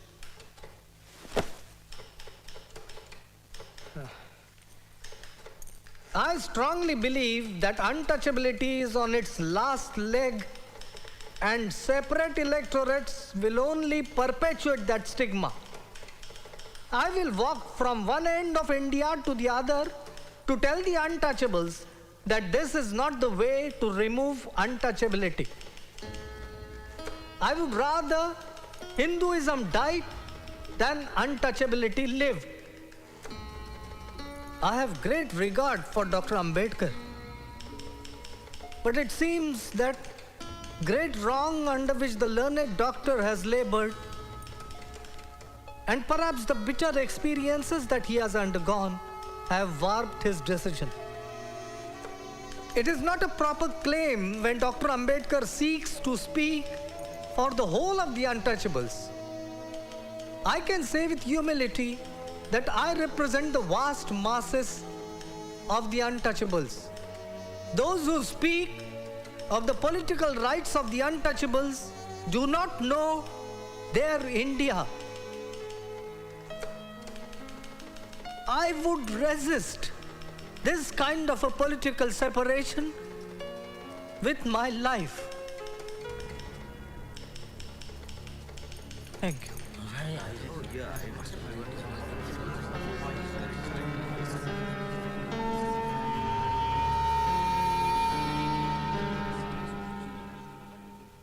The government will not allow community differences to prevent it from producing a constitution. Therefore, do not allow community difference to be more important than it is. Will you, each of you, every member of this committee, sign a request to me to settle the community question and pledge yourselves to accept my decision? Thank you.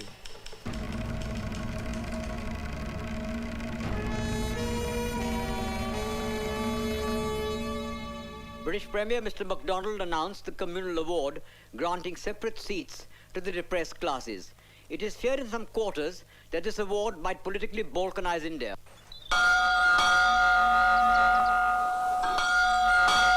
So we felt it our duty to safeguard the rights of the depressed classes to a fair proportion of representation in the legislature. I am therefore afraid that my answer to you, Mr. Gandhi, must be that the government's decision stands. And ask yourself seriously the question whether it really justifies you in taking the action you contemplate. Yours very sincerely, Ramsay MacDonald.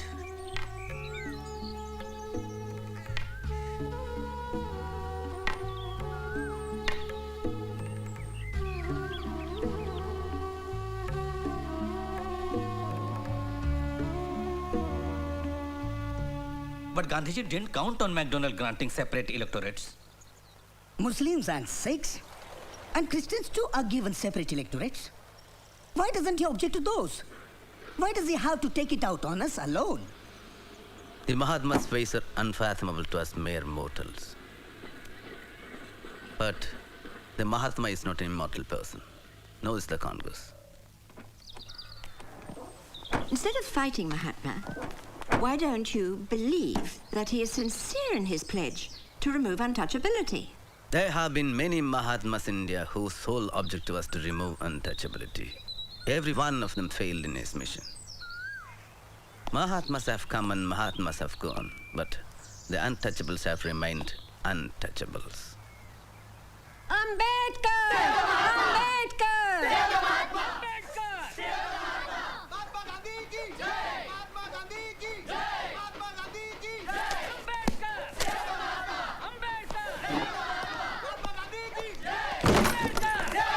Why don't you leave me in peace? I have work to do.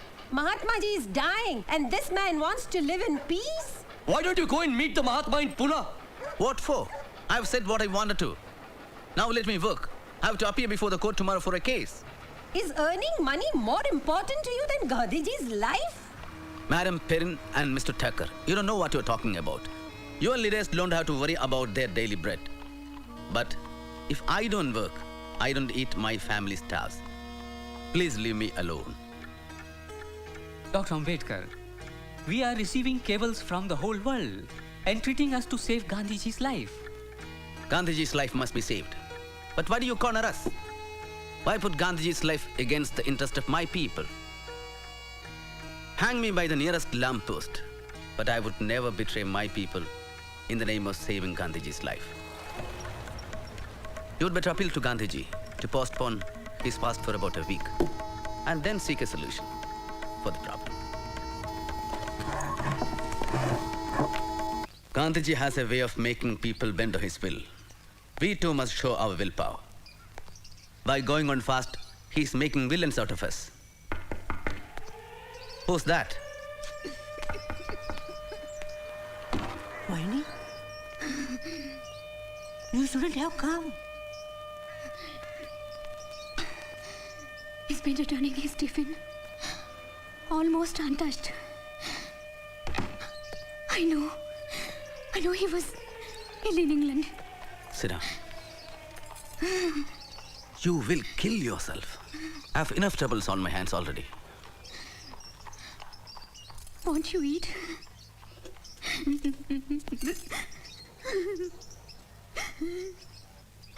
It's almost 12. The fast will begin now.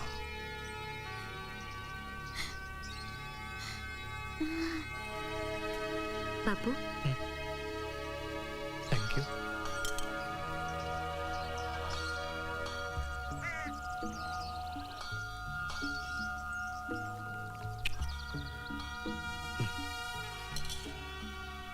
Here we are. My tussle with God commences. Rest meant to see you, Babu, before you lie down for rest.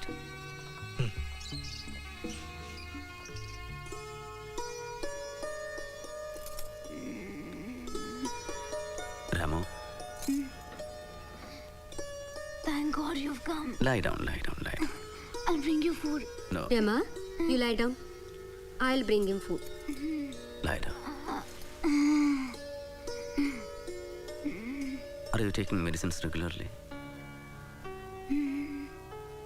Why do you fight Gandhi, Baba? That's my lot. If I don't wish, I'll be left high and dry.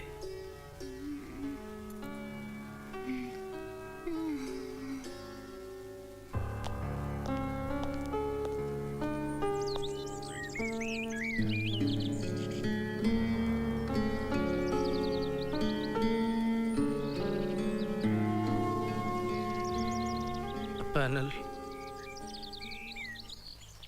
No harm in that.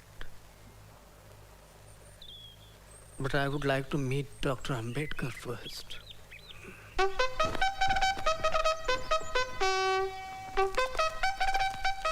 Here he comes. Namaste. Dr. Ambedkar. Namaste. This way, please.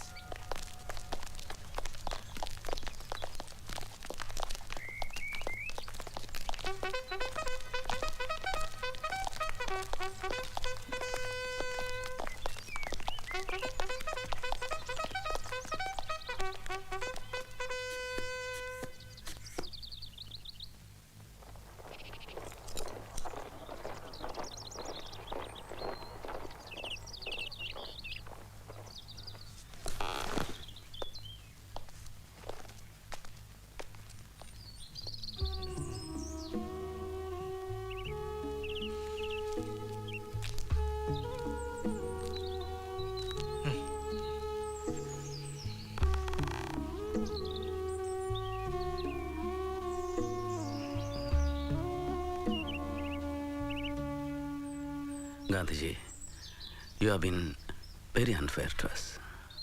That's my lot. What do you suggest? Compensation for giving up separate electorates. I know.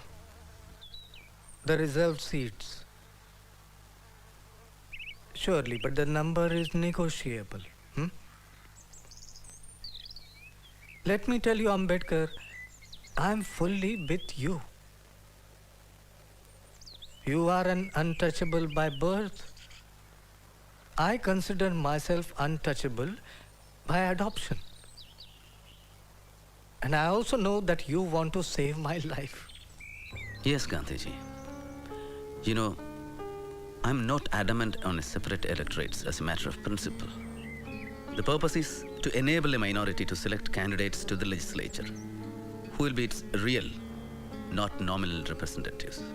Excellent. But why a panel for some seats and direct elections for others? Surely that will create an artificial division for the depressed class members and divide the community. Why not have primary elections through panels for all the seats? All right. I make that concession. Panels for all seats. Good. Now make the panel of 5 instead of 2. And let me give you my word, Ambedkar. From now on, my entire life will be devoted to the total eradication of untouchability. Now, you may discuss the details with these friends. I have discussed with my colleagues. They won't agree for more than 126 seats in the Provincial Assembly. We are firm on 197 seats.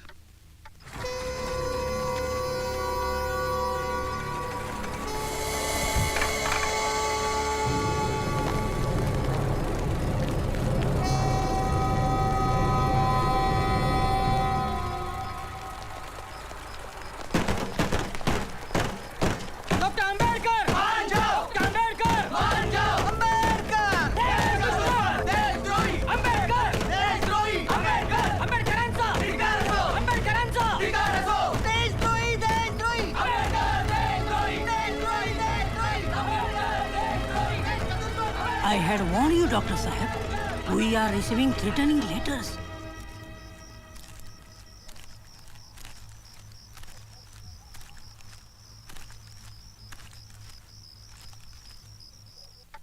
So, we are agreeing for 148 seats and 10% of the Hindu seats in the Central Assembly. Primary elections should terminate by the end of 10 years. The question of reserve seats should be settled by a referendum in a further 15 years. Dr. Ambedkar, the evil of the reserve seats and separation will be perpetuated by making its removal dependent on the will of the depressed classes. And you're asking for 25 years of referendum.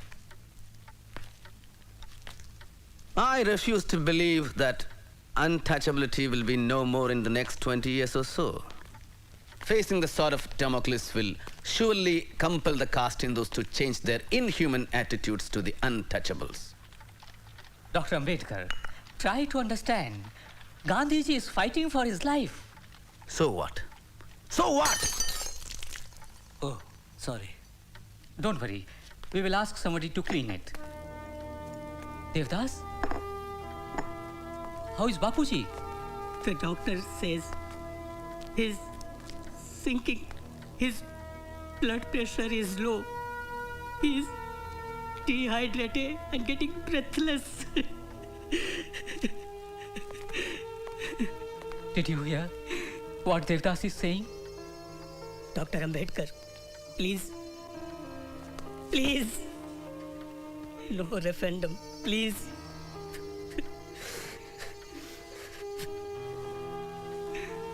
Come. I have given many concessions, Bapuji. From 197 seats to 150, 18% in the central legislature, and 4 in the panel.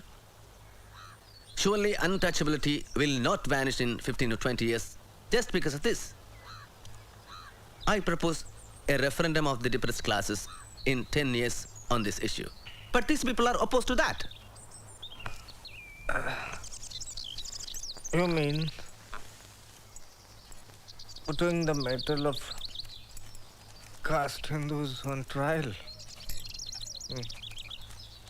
Not a bad idea.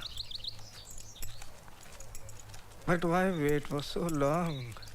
Huh? Why not 5 years?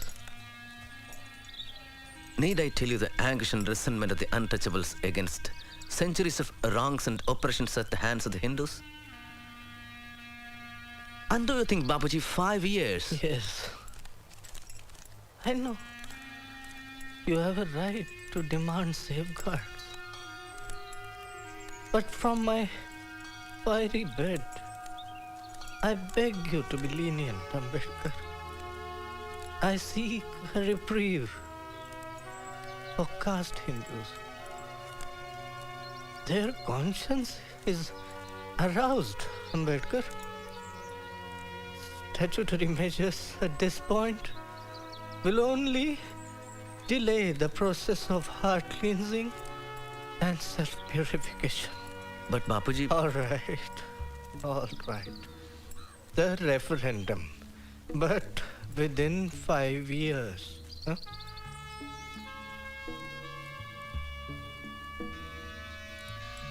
Five years or my life.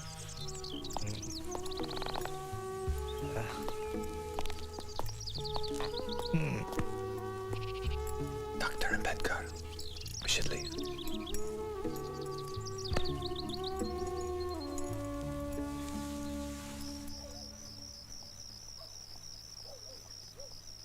The long-standing confrontation between Mr. Gandhi and Dr. Ambedkar has finally dissolved in the form of the Pune Pact.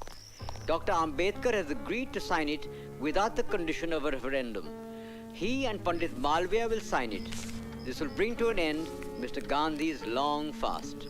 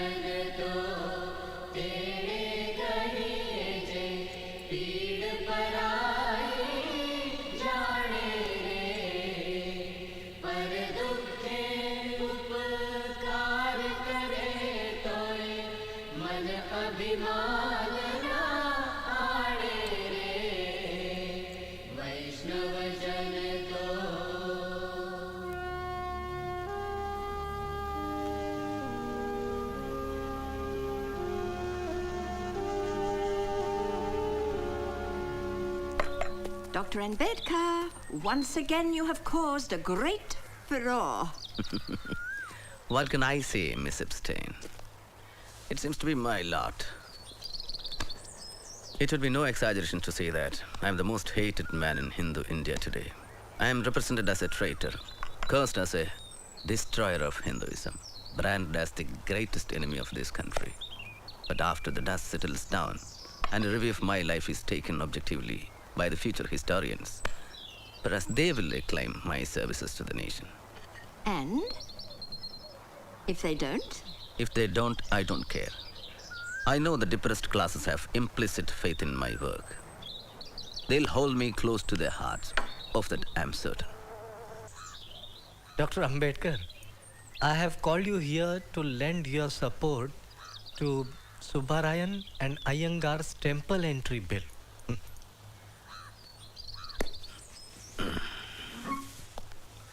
If I accept the temple entry bill, but agitate to abolish Chaturvarnan caste system, which side would you take?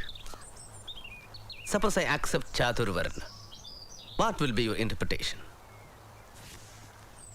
Brahman, Kshatriya, Vaishya, and Shudra. Or in the reverse way, Shudra on the top. Dr. Ambedkar, I am a Hindu not merely because I am born in Hindu fold, but I am one by conviction and by choice.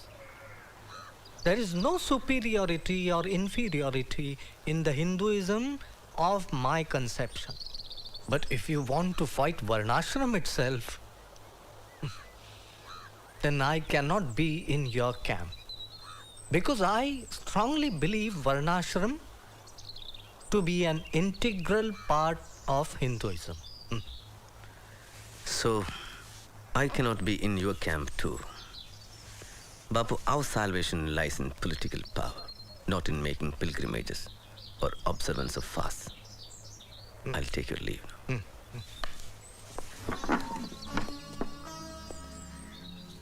Shall I tell you something? Don't use the weapon of fast too often. Your life is so precious and the country needs you.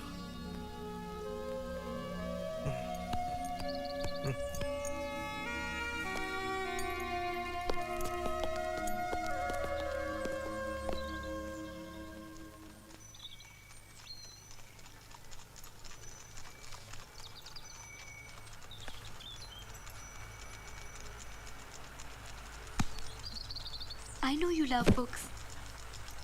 But this is madness. Sahib, you've built a house only for your books? Next week, I sail again to London for the Joint Parliamentary Committee.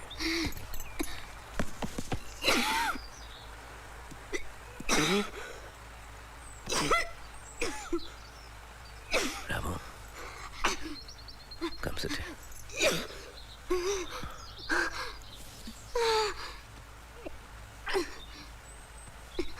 I have a wish, Sahib. Yes, Ramo. Next time I will take you to America for medical treatment. No, It is better. not America or England. Pandharpur. I want to bow before Lord Vithoba of Pandharpur. Won't you fulfill this small wish? Lord Vithoba is not happy with low-caste people like us. He does not show his face to us. Why go to a god who does not bless us? You fought for the temple entry at Nashik. Yes, but that was to assert our right, not for darshan of the god. If they call us Hindus, we must have a right to their gods too. I'll be happy with the darshan from a distance, like like untouchables too. No, Rama, no. Try to understand, Rama. A God that discriminates is not God. It's just a stone. Our God lives in our hearts. Let's not demean ourselves by seeking mercy from a God that does not care for us. We shall create our own Panditpurs.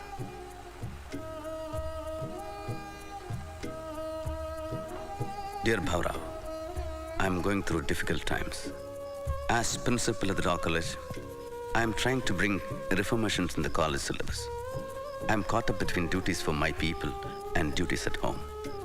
I am anxious about Rama's health. She has deteriorated over the last few days.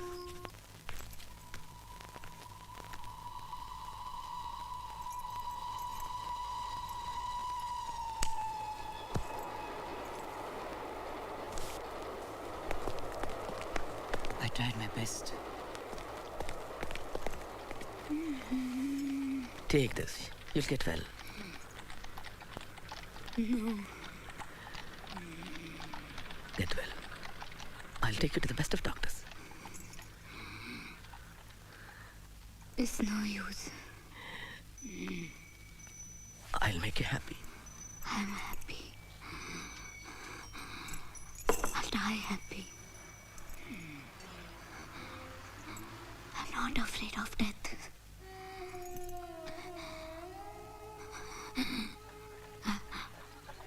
I've seen death. My mother, father.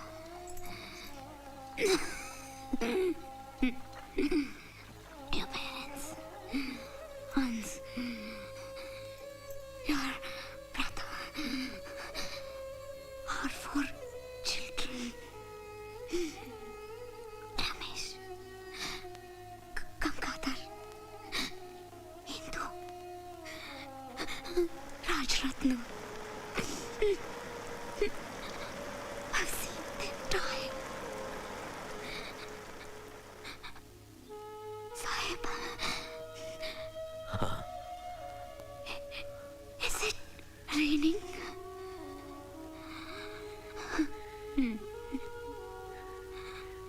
Yes, it's raining.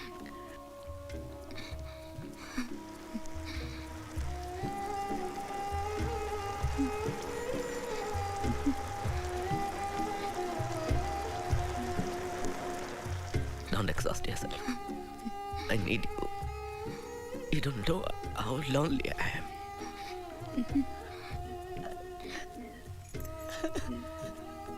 Don't despair. Keep fighting. Love you, Shwant.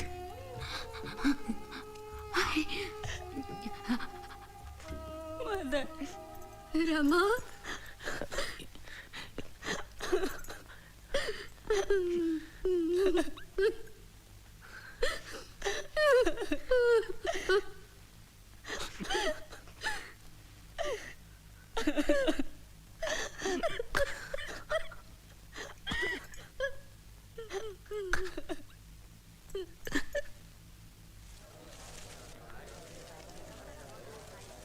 Babasaheb, thousands of people are waiting. So, shall we?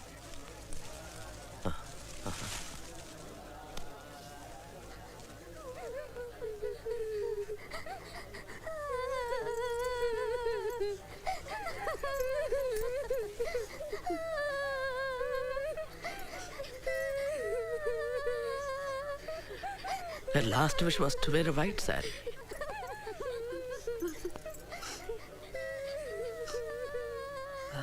It's customary to clothe in a green sari.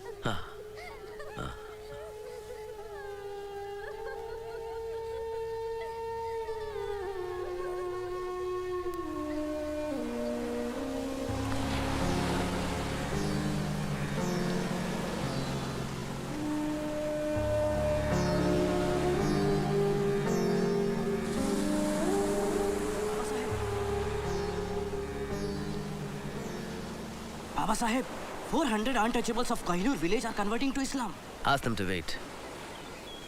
I'm going to make an important announcement at the Yavla conference.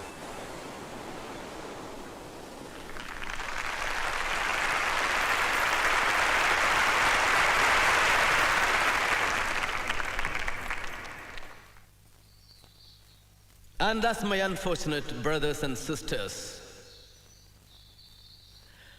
when I look back at the past 10 years of our movement, I despair of the future.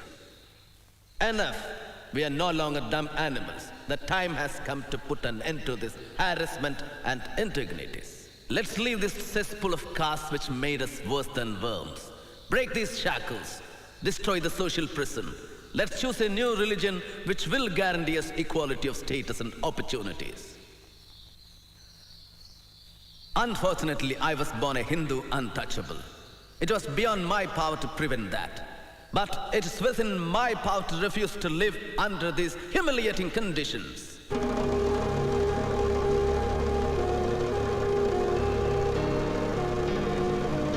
Though I was born a Hindu, I solemnly assure you that I will not die as a Hindu. Dr.Babasaheb Ambedkaransa! Dr.Babasaheb Ambedkaransa! Dr.Babasaheb Ambedkaransa!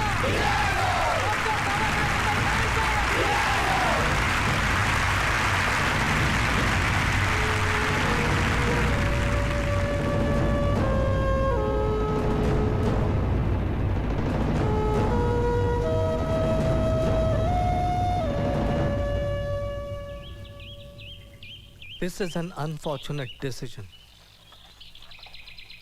But religion is not like a house or a cloak, which can be changed at will.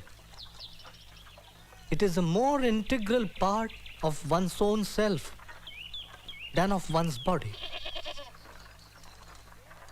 Dr. Ambedkar's bitterness clouds his vision. The millions of illiterate Harijans will not listen to him. Their lives, for good or evil, are involved with caste Hindus. Every known religion would fail if judged by the standards of Dr. Ambedkar. But the press should also note that I feel whatever label the learned doctor wears in the future, he is not a man who will allow himself to be forgotten. Babasaheb, sugar? You want to kill me? Just a little. You fool. Diabetes. Eat kadu neem leaves.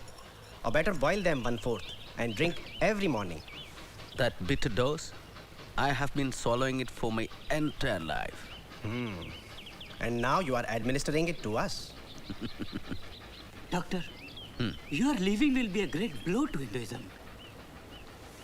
A blow? You surprise me, Mr. Pradhan. We unclean untouchables have been the contaminators, the pollutants of you pure Aryans. Won't our leaving cleanse your religion of all impurities? Babasaheb, the exodus will not stop with you. It would be the death of Hindus in the long run. It matters little, Masrekar Maharaj. The history of Hindustan will continue. Not if the Hindus become a minority in our own land. Then let the caste Hindus take a pledge that they will get rid of the evil of untouchability in a prescribed period. Is that so easy? Look at the magnitude of the problem. It would require time. Well, I can wait for 5 years for a change in Hindu hearts. But what guarantee? How am I to be sure? Yes, I know that you will show your good intentions. Make him Maharaj Shankaracharya for 1 year. Let thousands of Brahmins fall at his feet. I am Miss Drescher from the Agripada mission, and I would like you to meet Dr. Henry Crane from America. Hello, Dr. Crane. Hello. He has come to take a close look at your conversion movement. And has already met Mr. Gandhi at Wardha. Yes, Dr. Ambedkar. I've met many people in that connection. And I truly believe that Christianity is the answer that can meet all of your requirements. If you convert into Christianity, all of the Christian nations will help to raise your social, political, and economic status. And I think this won't be objectionable to any of your fellow Indians. Dr. Ambedkar, as the Bible says, the poor shall inherit the earth. Which Bible do you normally refer to, Miss Drescher? The Holy Bible, of course. That's true, but which edition? Modern version, King James's version, or which dates back to the Elizabethan era? Miss Drescher, have you ever gone through the commentaries on the Bible by Cook? It's a good analytical study on the Bible, and also refers to Life of Jesus by Renwa and Khalil Gibran's Jesus, the Son of Man. It can give you a different perspective of Christianity. Dr. Ambedkar, we would like to invite you to the annual conference of the Methodist Church in Pune. And to the mission too.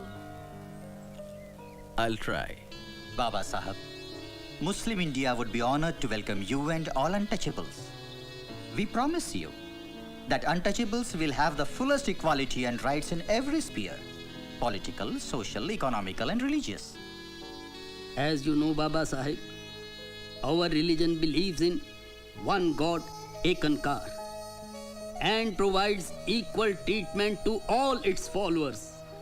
It fulfills all the desired requirements regarding the conversion of depressed classes. Here is a telegram from Mammootty Society. Dr. Ambedkar, you and your community is cordially welcome to embrace Buddhism, which is professed in greater part of Asia. We guarantee equal status to all converts. There is no caste distinction amongst us. We are willing to send workers. Please let us know. It seems that Congress and Sardar are bent upon destroying you in these elections. Haven't you read Sardar Patel's statement? Yes. No concessions under the communal awards if we convert. Look, Doctor, I have not come here as your friend. I have come here as an authorized representative of the Hindu Mahasabha. We know your views and your patriotism. We know that you will never convert to Islam or Christianity. Do not take me for granted. I don't need a certificate of patriotism. And I know the culture and history of this country better than many of you.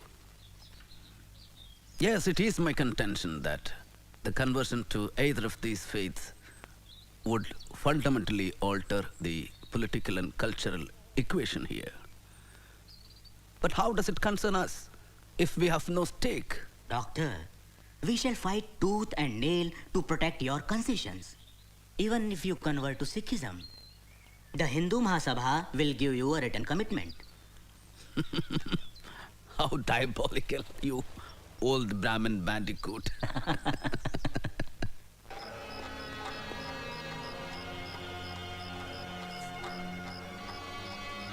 Dear Bhaura, did you notice Dr. Munji's anxiety over my decision to change religion? Some people asked me what advantage would you gain by changing it. My answer to them is, just as Swaraj is necessary for India, so is change of religion necessary for the untouchables. The underlying motive in both is the desire for freedom. The Congress Committee has reiterated Mahatma Gandhi's principle of non-violence while giving Britain support in a war effort, but only on the condition of an assurance of complete freedom for India.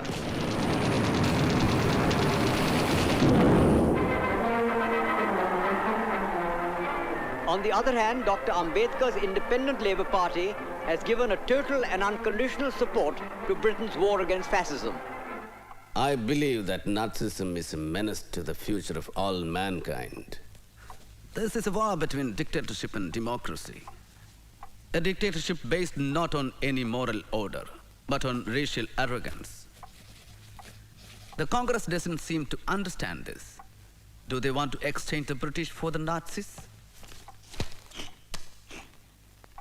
Are you all right, Miss Epstein? As you probably know, I am Jewish, originally from Germany. My family is still there. They have been reported missing. They may be in hiding. I fear for them. I'm so sorry. Dr. Ambedkar today expressed his views that there was nothing wrong in sharing power with the British government. He added that without their support, he would never have been able to solve the labor problems or establish the People's Education Society. Dear Miss Disher, I have some sad news. Fanny is no more. I could not write the criticism on the Bible as promised, but I have dedicated her an equally important book, What Congress and Gandhi Have Done to the Untouchables. And I'm glad that she accepted it before she died. No, Babasaheb. In Rag Bhoop, you are not supposed to play the Madhyam. It is Sa Dha Pa Ga Re Sa Re Ga. Now let's try it together. Yes?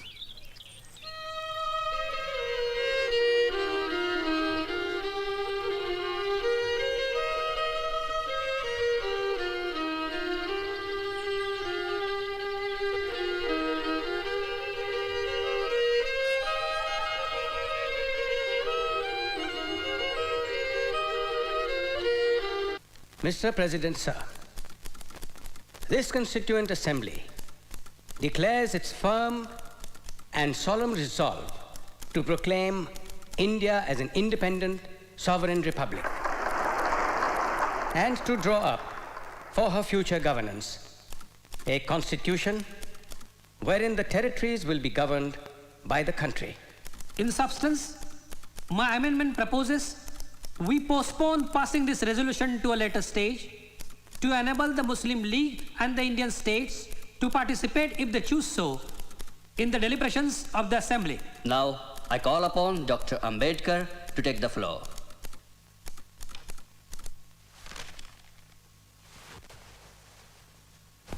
Mr. Chairman, I am indeed very grateful to you for having called me to speak on this resolution. I know today we are divided politically, socially, and economically. We are a group of warring camps, and I may even go to the extent of confessing that I am probably one of the leaders of such a camp. But sir, with all this, I am quite convinced that nothing in the world will prevent this country from becoming one. I have no hesitation in saying that, notwithstanding the agitation of the Muslim League for the partition of India, someday enough light will dawn upon them, and they too will begin to think that a united India is better even for them.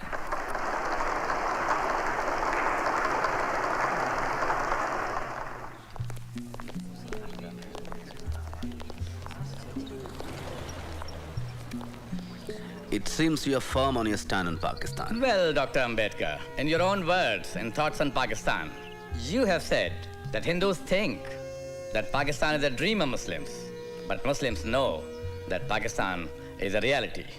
No, Mr. Jinnah. I'm against your two-nation theory. We should fight for the rights of the minorities staying on in this country. Well, that stage seems to have gone. Now Pakistan is going to be a reality.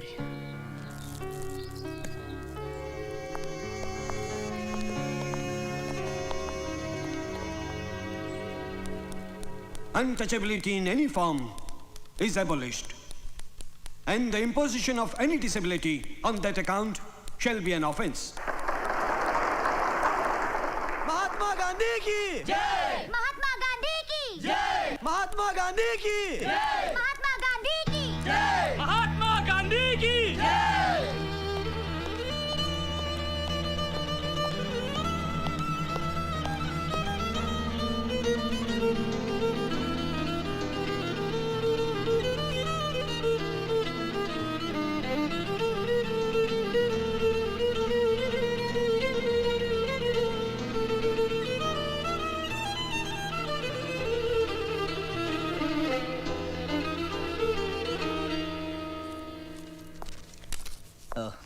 Too many complications, Babasaheb.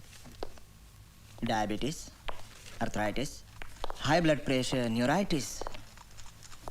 Too many complications. You have to be very careful, Babasaheb. Well, I'll prescribe you some medicines.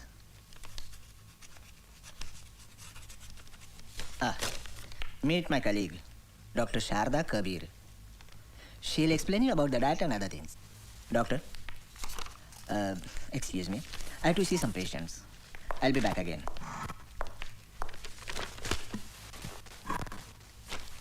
You will have to take insulin injection every day. Besides that, diet and exercise is a must. How is it possible? But you must do it if you want to live longer. Your people, this country, they need you. If you want, I can come to your home and explain this to your wife. I lost my wife 12 years ago, young lady. Oh, I'm sorry. But there must be somebody at home to look after you. No, I have no one. It is fortuitous that Mr. Jaikar has resigned from the Constituent Assembly. The Bombay Legislative Congress Party would like you to fill his seat. Is this agreeable to you? After 2 decades of poisoning the atmosphere against me, the Congress is sending me to the Constituent Assembly. Will your partymen allow me to work in peace? The country is passing through a critical phase, and it needs you. All people, irrespective of political parties, must contribute in building a new India. Mr. Patel, have you consulted Mr. Gandhi? Yes. Bapu has no objection. Jabbar approves of it. And Rajendra Prasad is keen to get you there. How reassuring to know that. Now you realize that it is possible to be a nationalist without being a congressman. Aren't you happy with the list of ministers, Bapu? Namaste, ji. Namaste. Who will be in charge of law, Jabbar? And framing of the constitution? For the constitution, we are consulting experts all over the world. All over the world? I think a sufferer should write the constitution of free India. How about Dr. Ambedkar, Jabbar?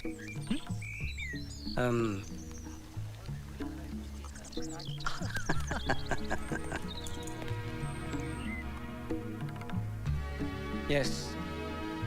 History has put this responsibility on us. I suppose I shall have to carry this blood on my conscience when I die. Well, to business then. Do you know the reason why I requested you to come here? I would like you to be a part of the national government of Free India. Do you accept? It depends. What portfolio? Law. Will there be enough work? Plenty. Don't worry. A lot of new measures are to be legislated. Yes. The Hindu Code Bill is still pending, isn't it? Well, we are determined to clear it fast. I'm very glad. We shall be working together. Dear Bhaura, India is an independent country today. But will she maintain her independence? Will the many political parties with diverse and opposing political creeds place India above their own castes and creeds? We must be determined to defend our independence to the last drop of our blood. Your blood sugar is so high? No more sugar for you. Who makes tea for you? They try to remember, but... No, you can't afford to be careless. No more fruits and no more rice. At least for a fortnight. And you need a checkup for next week. There's a meeting of the drafting committee in Delhi. I have to be there for a week. I wonder who is going to take care of you in Delhi. Dear Chitre, my work in the draft constitution has increased a great deal. And on the other hand, my health forbids me the slightest of strains.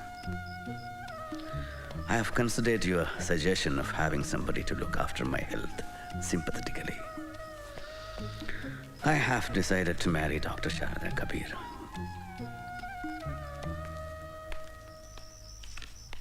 Babasaheb. Bapuji was shot dead while he was going for the prayers.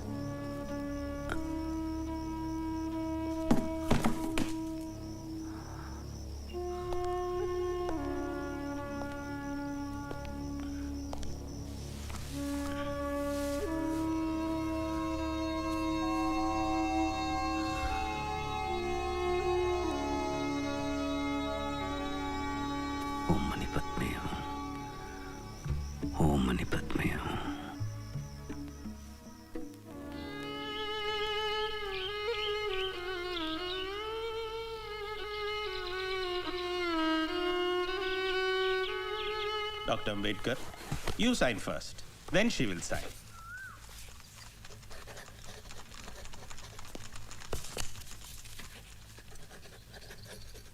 Now I proclaim you as man and wife.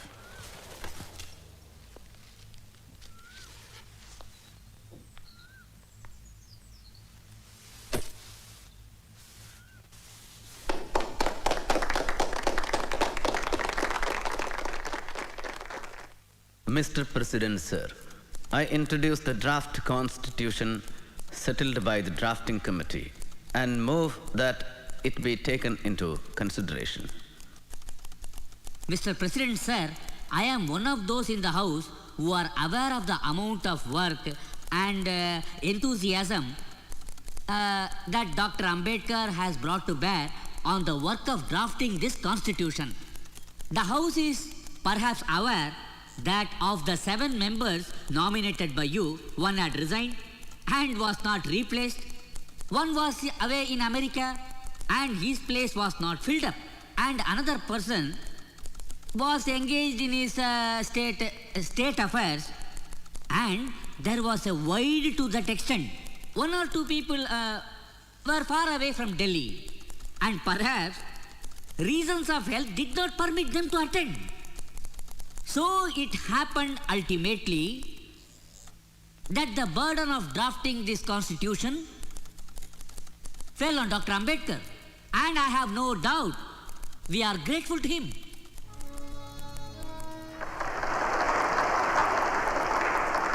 The credit that is given to me does not belong to me.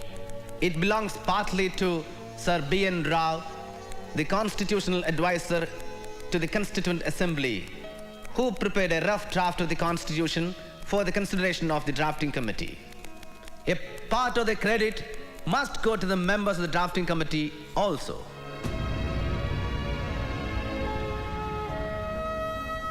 I shall not enter into the merits of the Constitution because I feel, however good a Constitution may be, it is sure to turn out bad because those who are called to work it happen to be a bad lot. However bad a Constitution may be, it may turn out to be good if those who are called to work upon it happen to be a good lot. It is therefore futile to pass any judgment upon the Constitution without reference to the part which the people and their parties are likely to play. Thank you.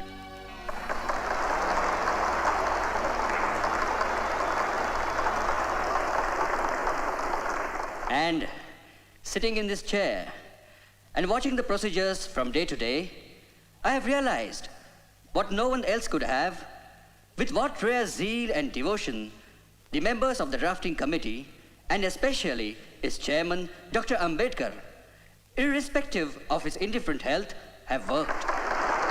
In spite of factual objections, Nehru is strongly in favor of the passage of the controversial Hindu Code Bill that was put forward by Dr. Ambedkar, whose aim it is to improve the woman's lot. He believes the barometer of an enlightened society can be discerned by the status of its women. Murdabad! Murdabad!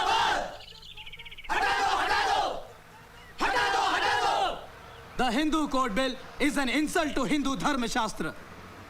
It casts aspersions on our hoary traditions and Shastras. What does Dr. Ambedkar know of Hindu Dharma Shastra? Does he know Sanskrit? Has he read Vedas? In a revenge, he's out to destroy the Hindu Dharma Shastra by one blow of this law.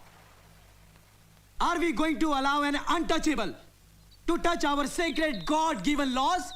Never, never. We shall shed blood, an uncouth, unclean, untouchable, defiling the laws set centuries ago by Bhagwan Shri Krishna, Bhagwan Manu, Bhagavad Gita, Vedas and Upanishads. Don't touch! Hindu laws! Don't touch! Hindu laws! Ambedkar! Murdabad! Ambedkar! Murdabad!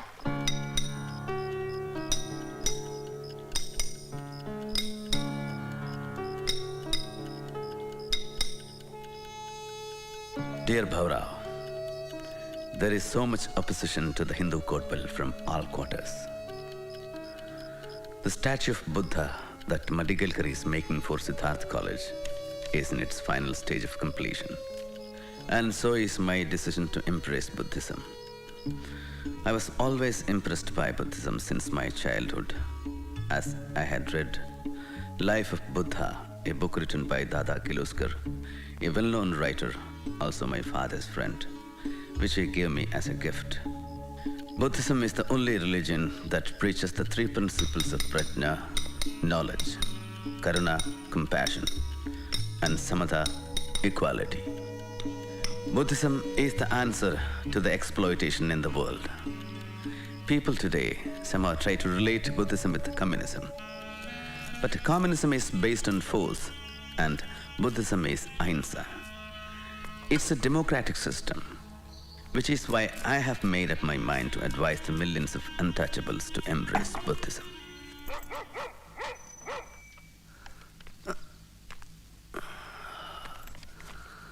Babasaheb, from the Prime Minister's office.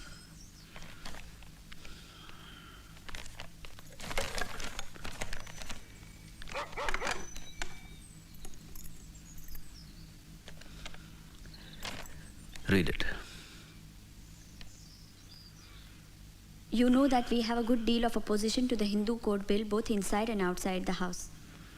With the best will in the world, it cannot be passed in this session. I can quite understand your disappointment.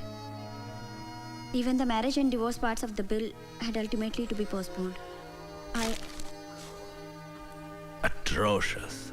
Ratu, come and take dictation. For a long time, I have been thinking of resigning my seat from the cabinet. The only thing that held me was the hope that it would be possible to give effect to the Hindu Code Bill. But with its demise, even the marriage and divorce part of it is killed.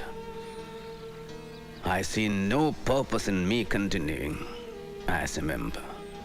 The Hindu Code Bill was the greatest social reform measure ever undertaken by the legislature in this country. To leave inequality between class and class, sex and sex, as in Hindu society, untouched, and to go on passing legislation on economic reforms is to make a farce of our constitution and to build a palace on a dung heap.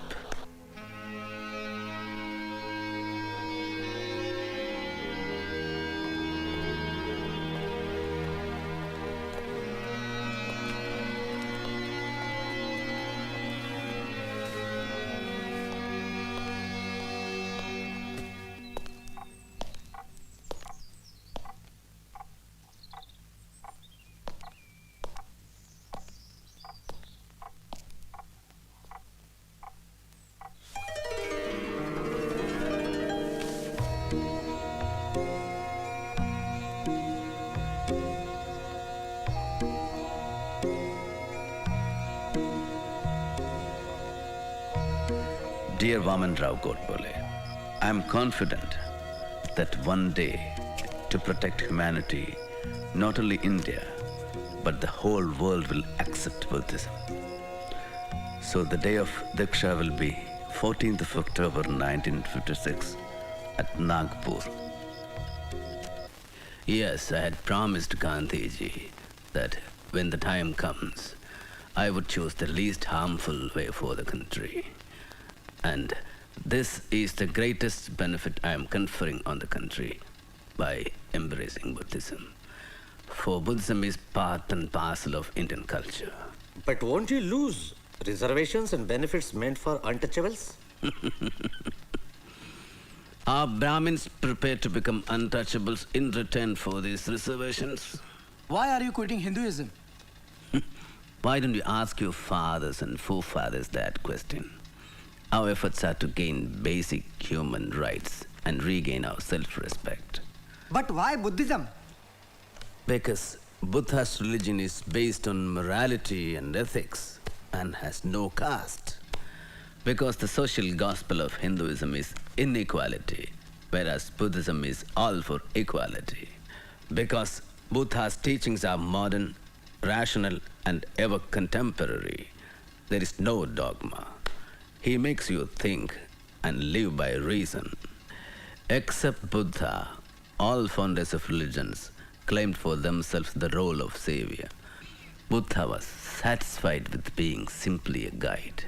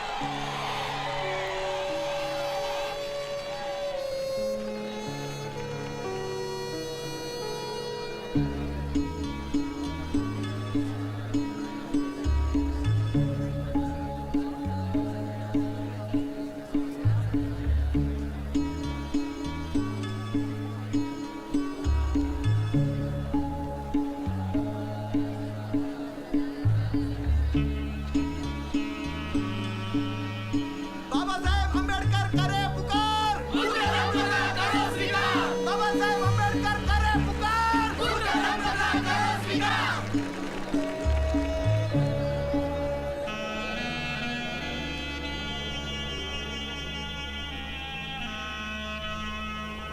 Namo tassa bhagavato arahato samma sambuddhassa.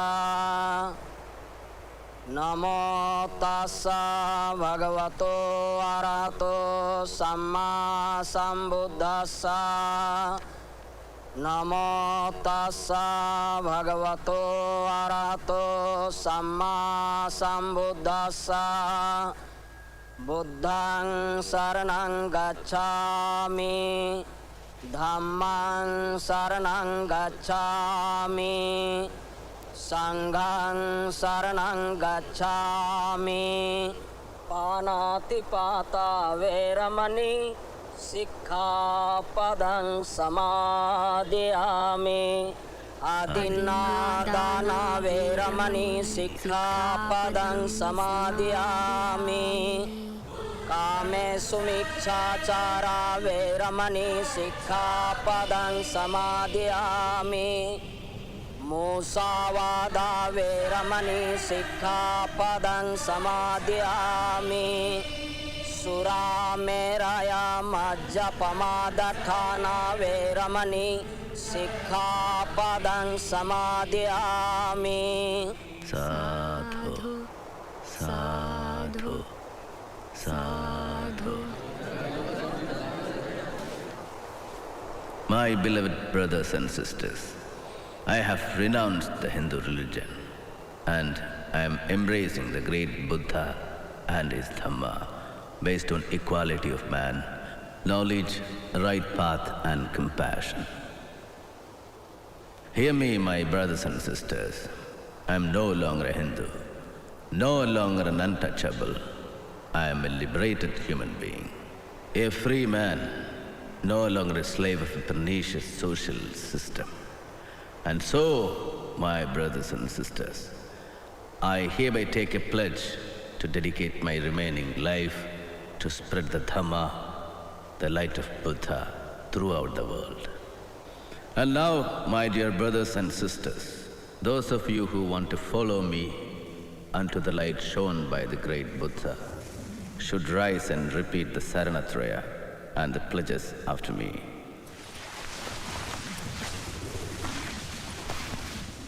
I will follow the 10 precepts laid down by Lord Buddha.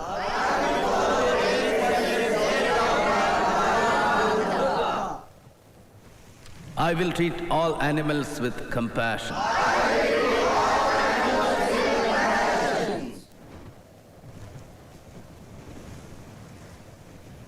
I will consider all men as equal human beings.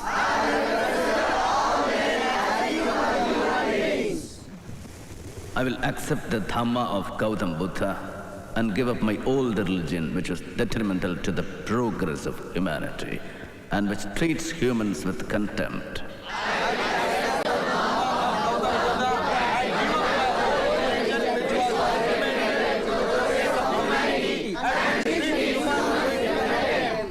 With this, I am being born anew. I shall no more pray to Hindu gods, nor shall I follow the Hindu rituals.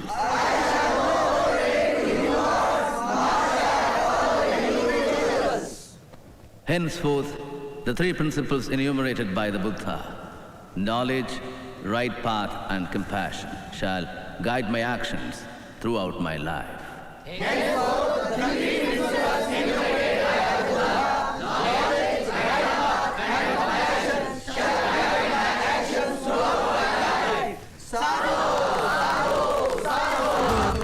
Saranam gacchami,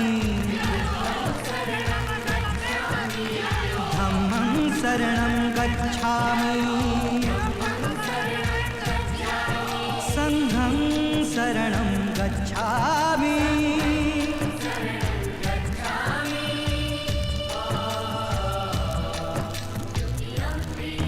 Buddham saranam gacchami, Dhammam saranam gacchami, Sangham saranam gacchami.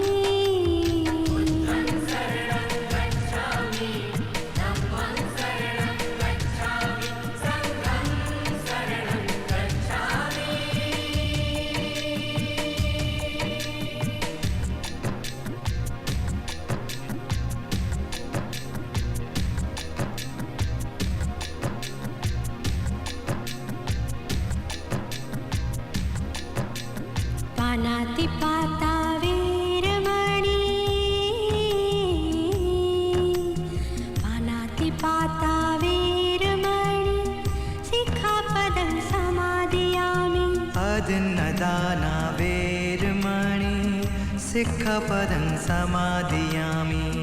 Kamesu michachara virmani. Sikhapadam samadhiyami. Buddham saranam gacchami. Dhammam saranam gacchami. Sangham saranam gacchami. Musavada virmani. Musavada virmani, Sikhapadam samadhiyami. Musavada virmani, Sikhapadam samadhiyami.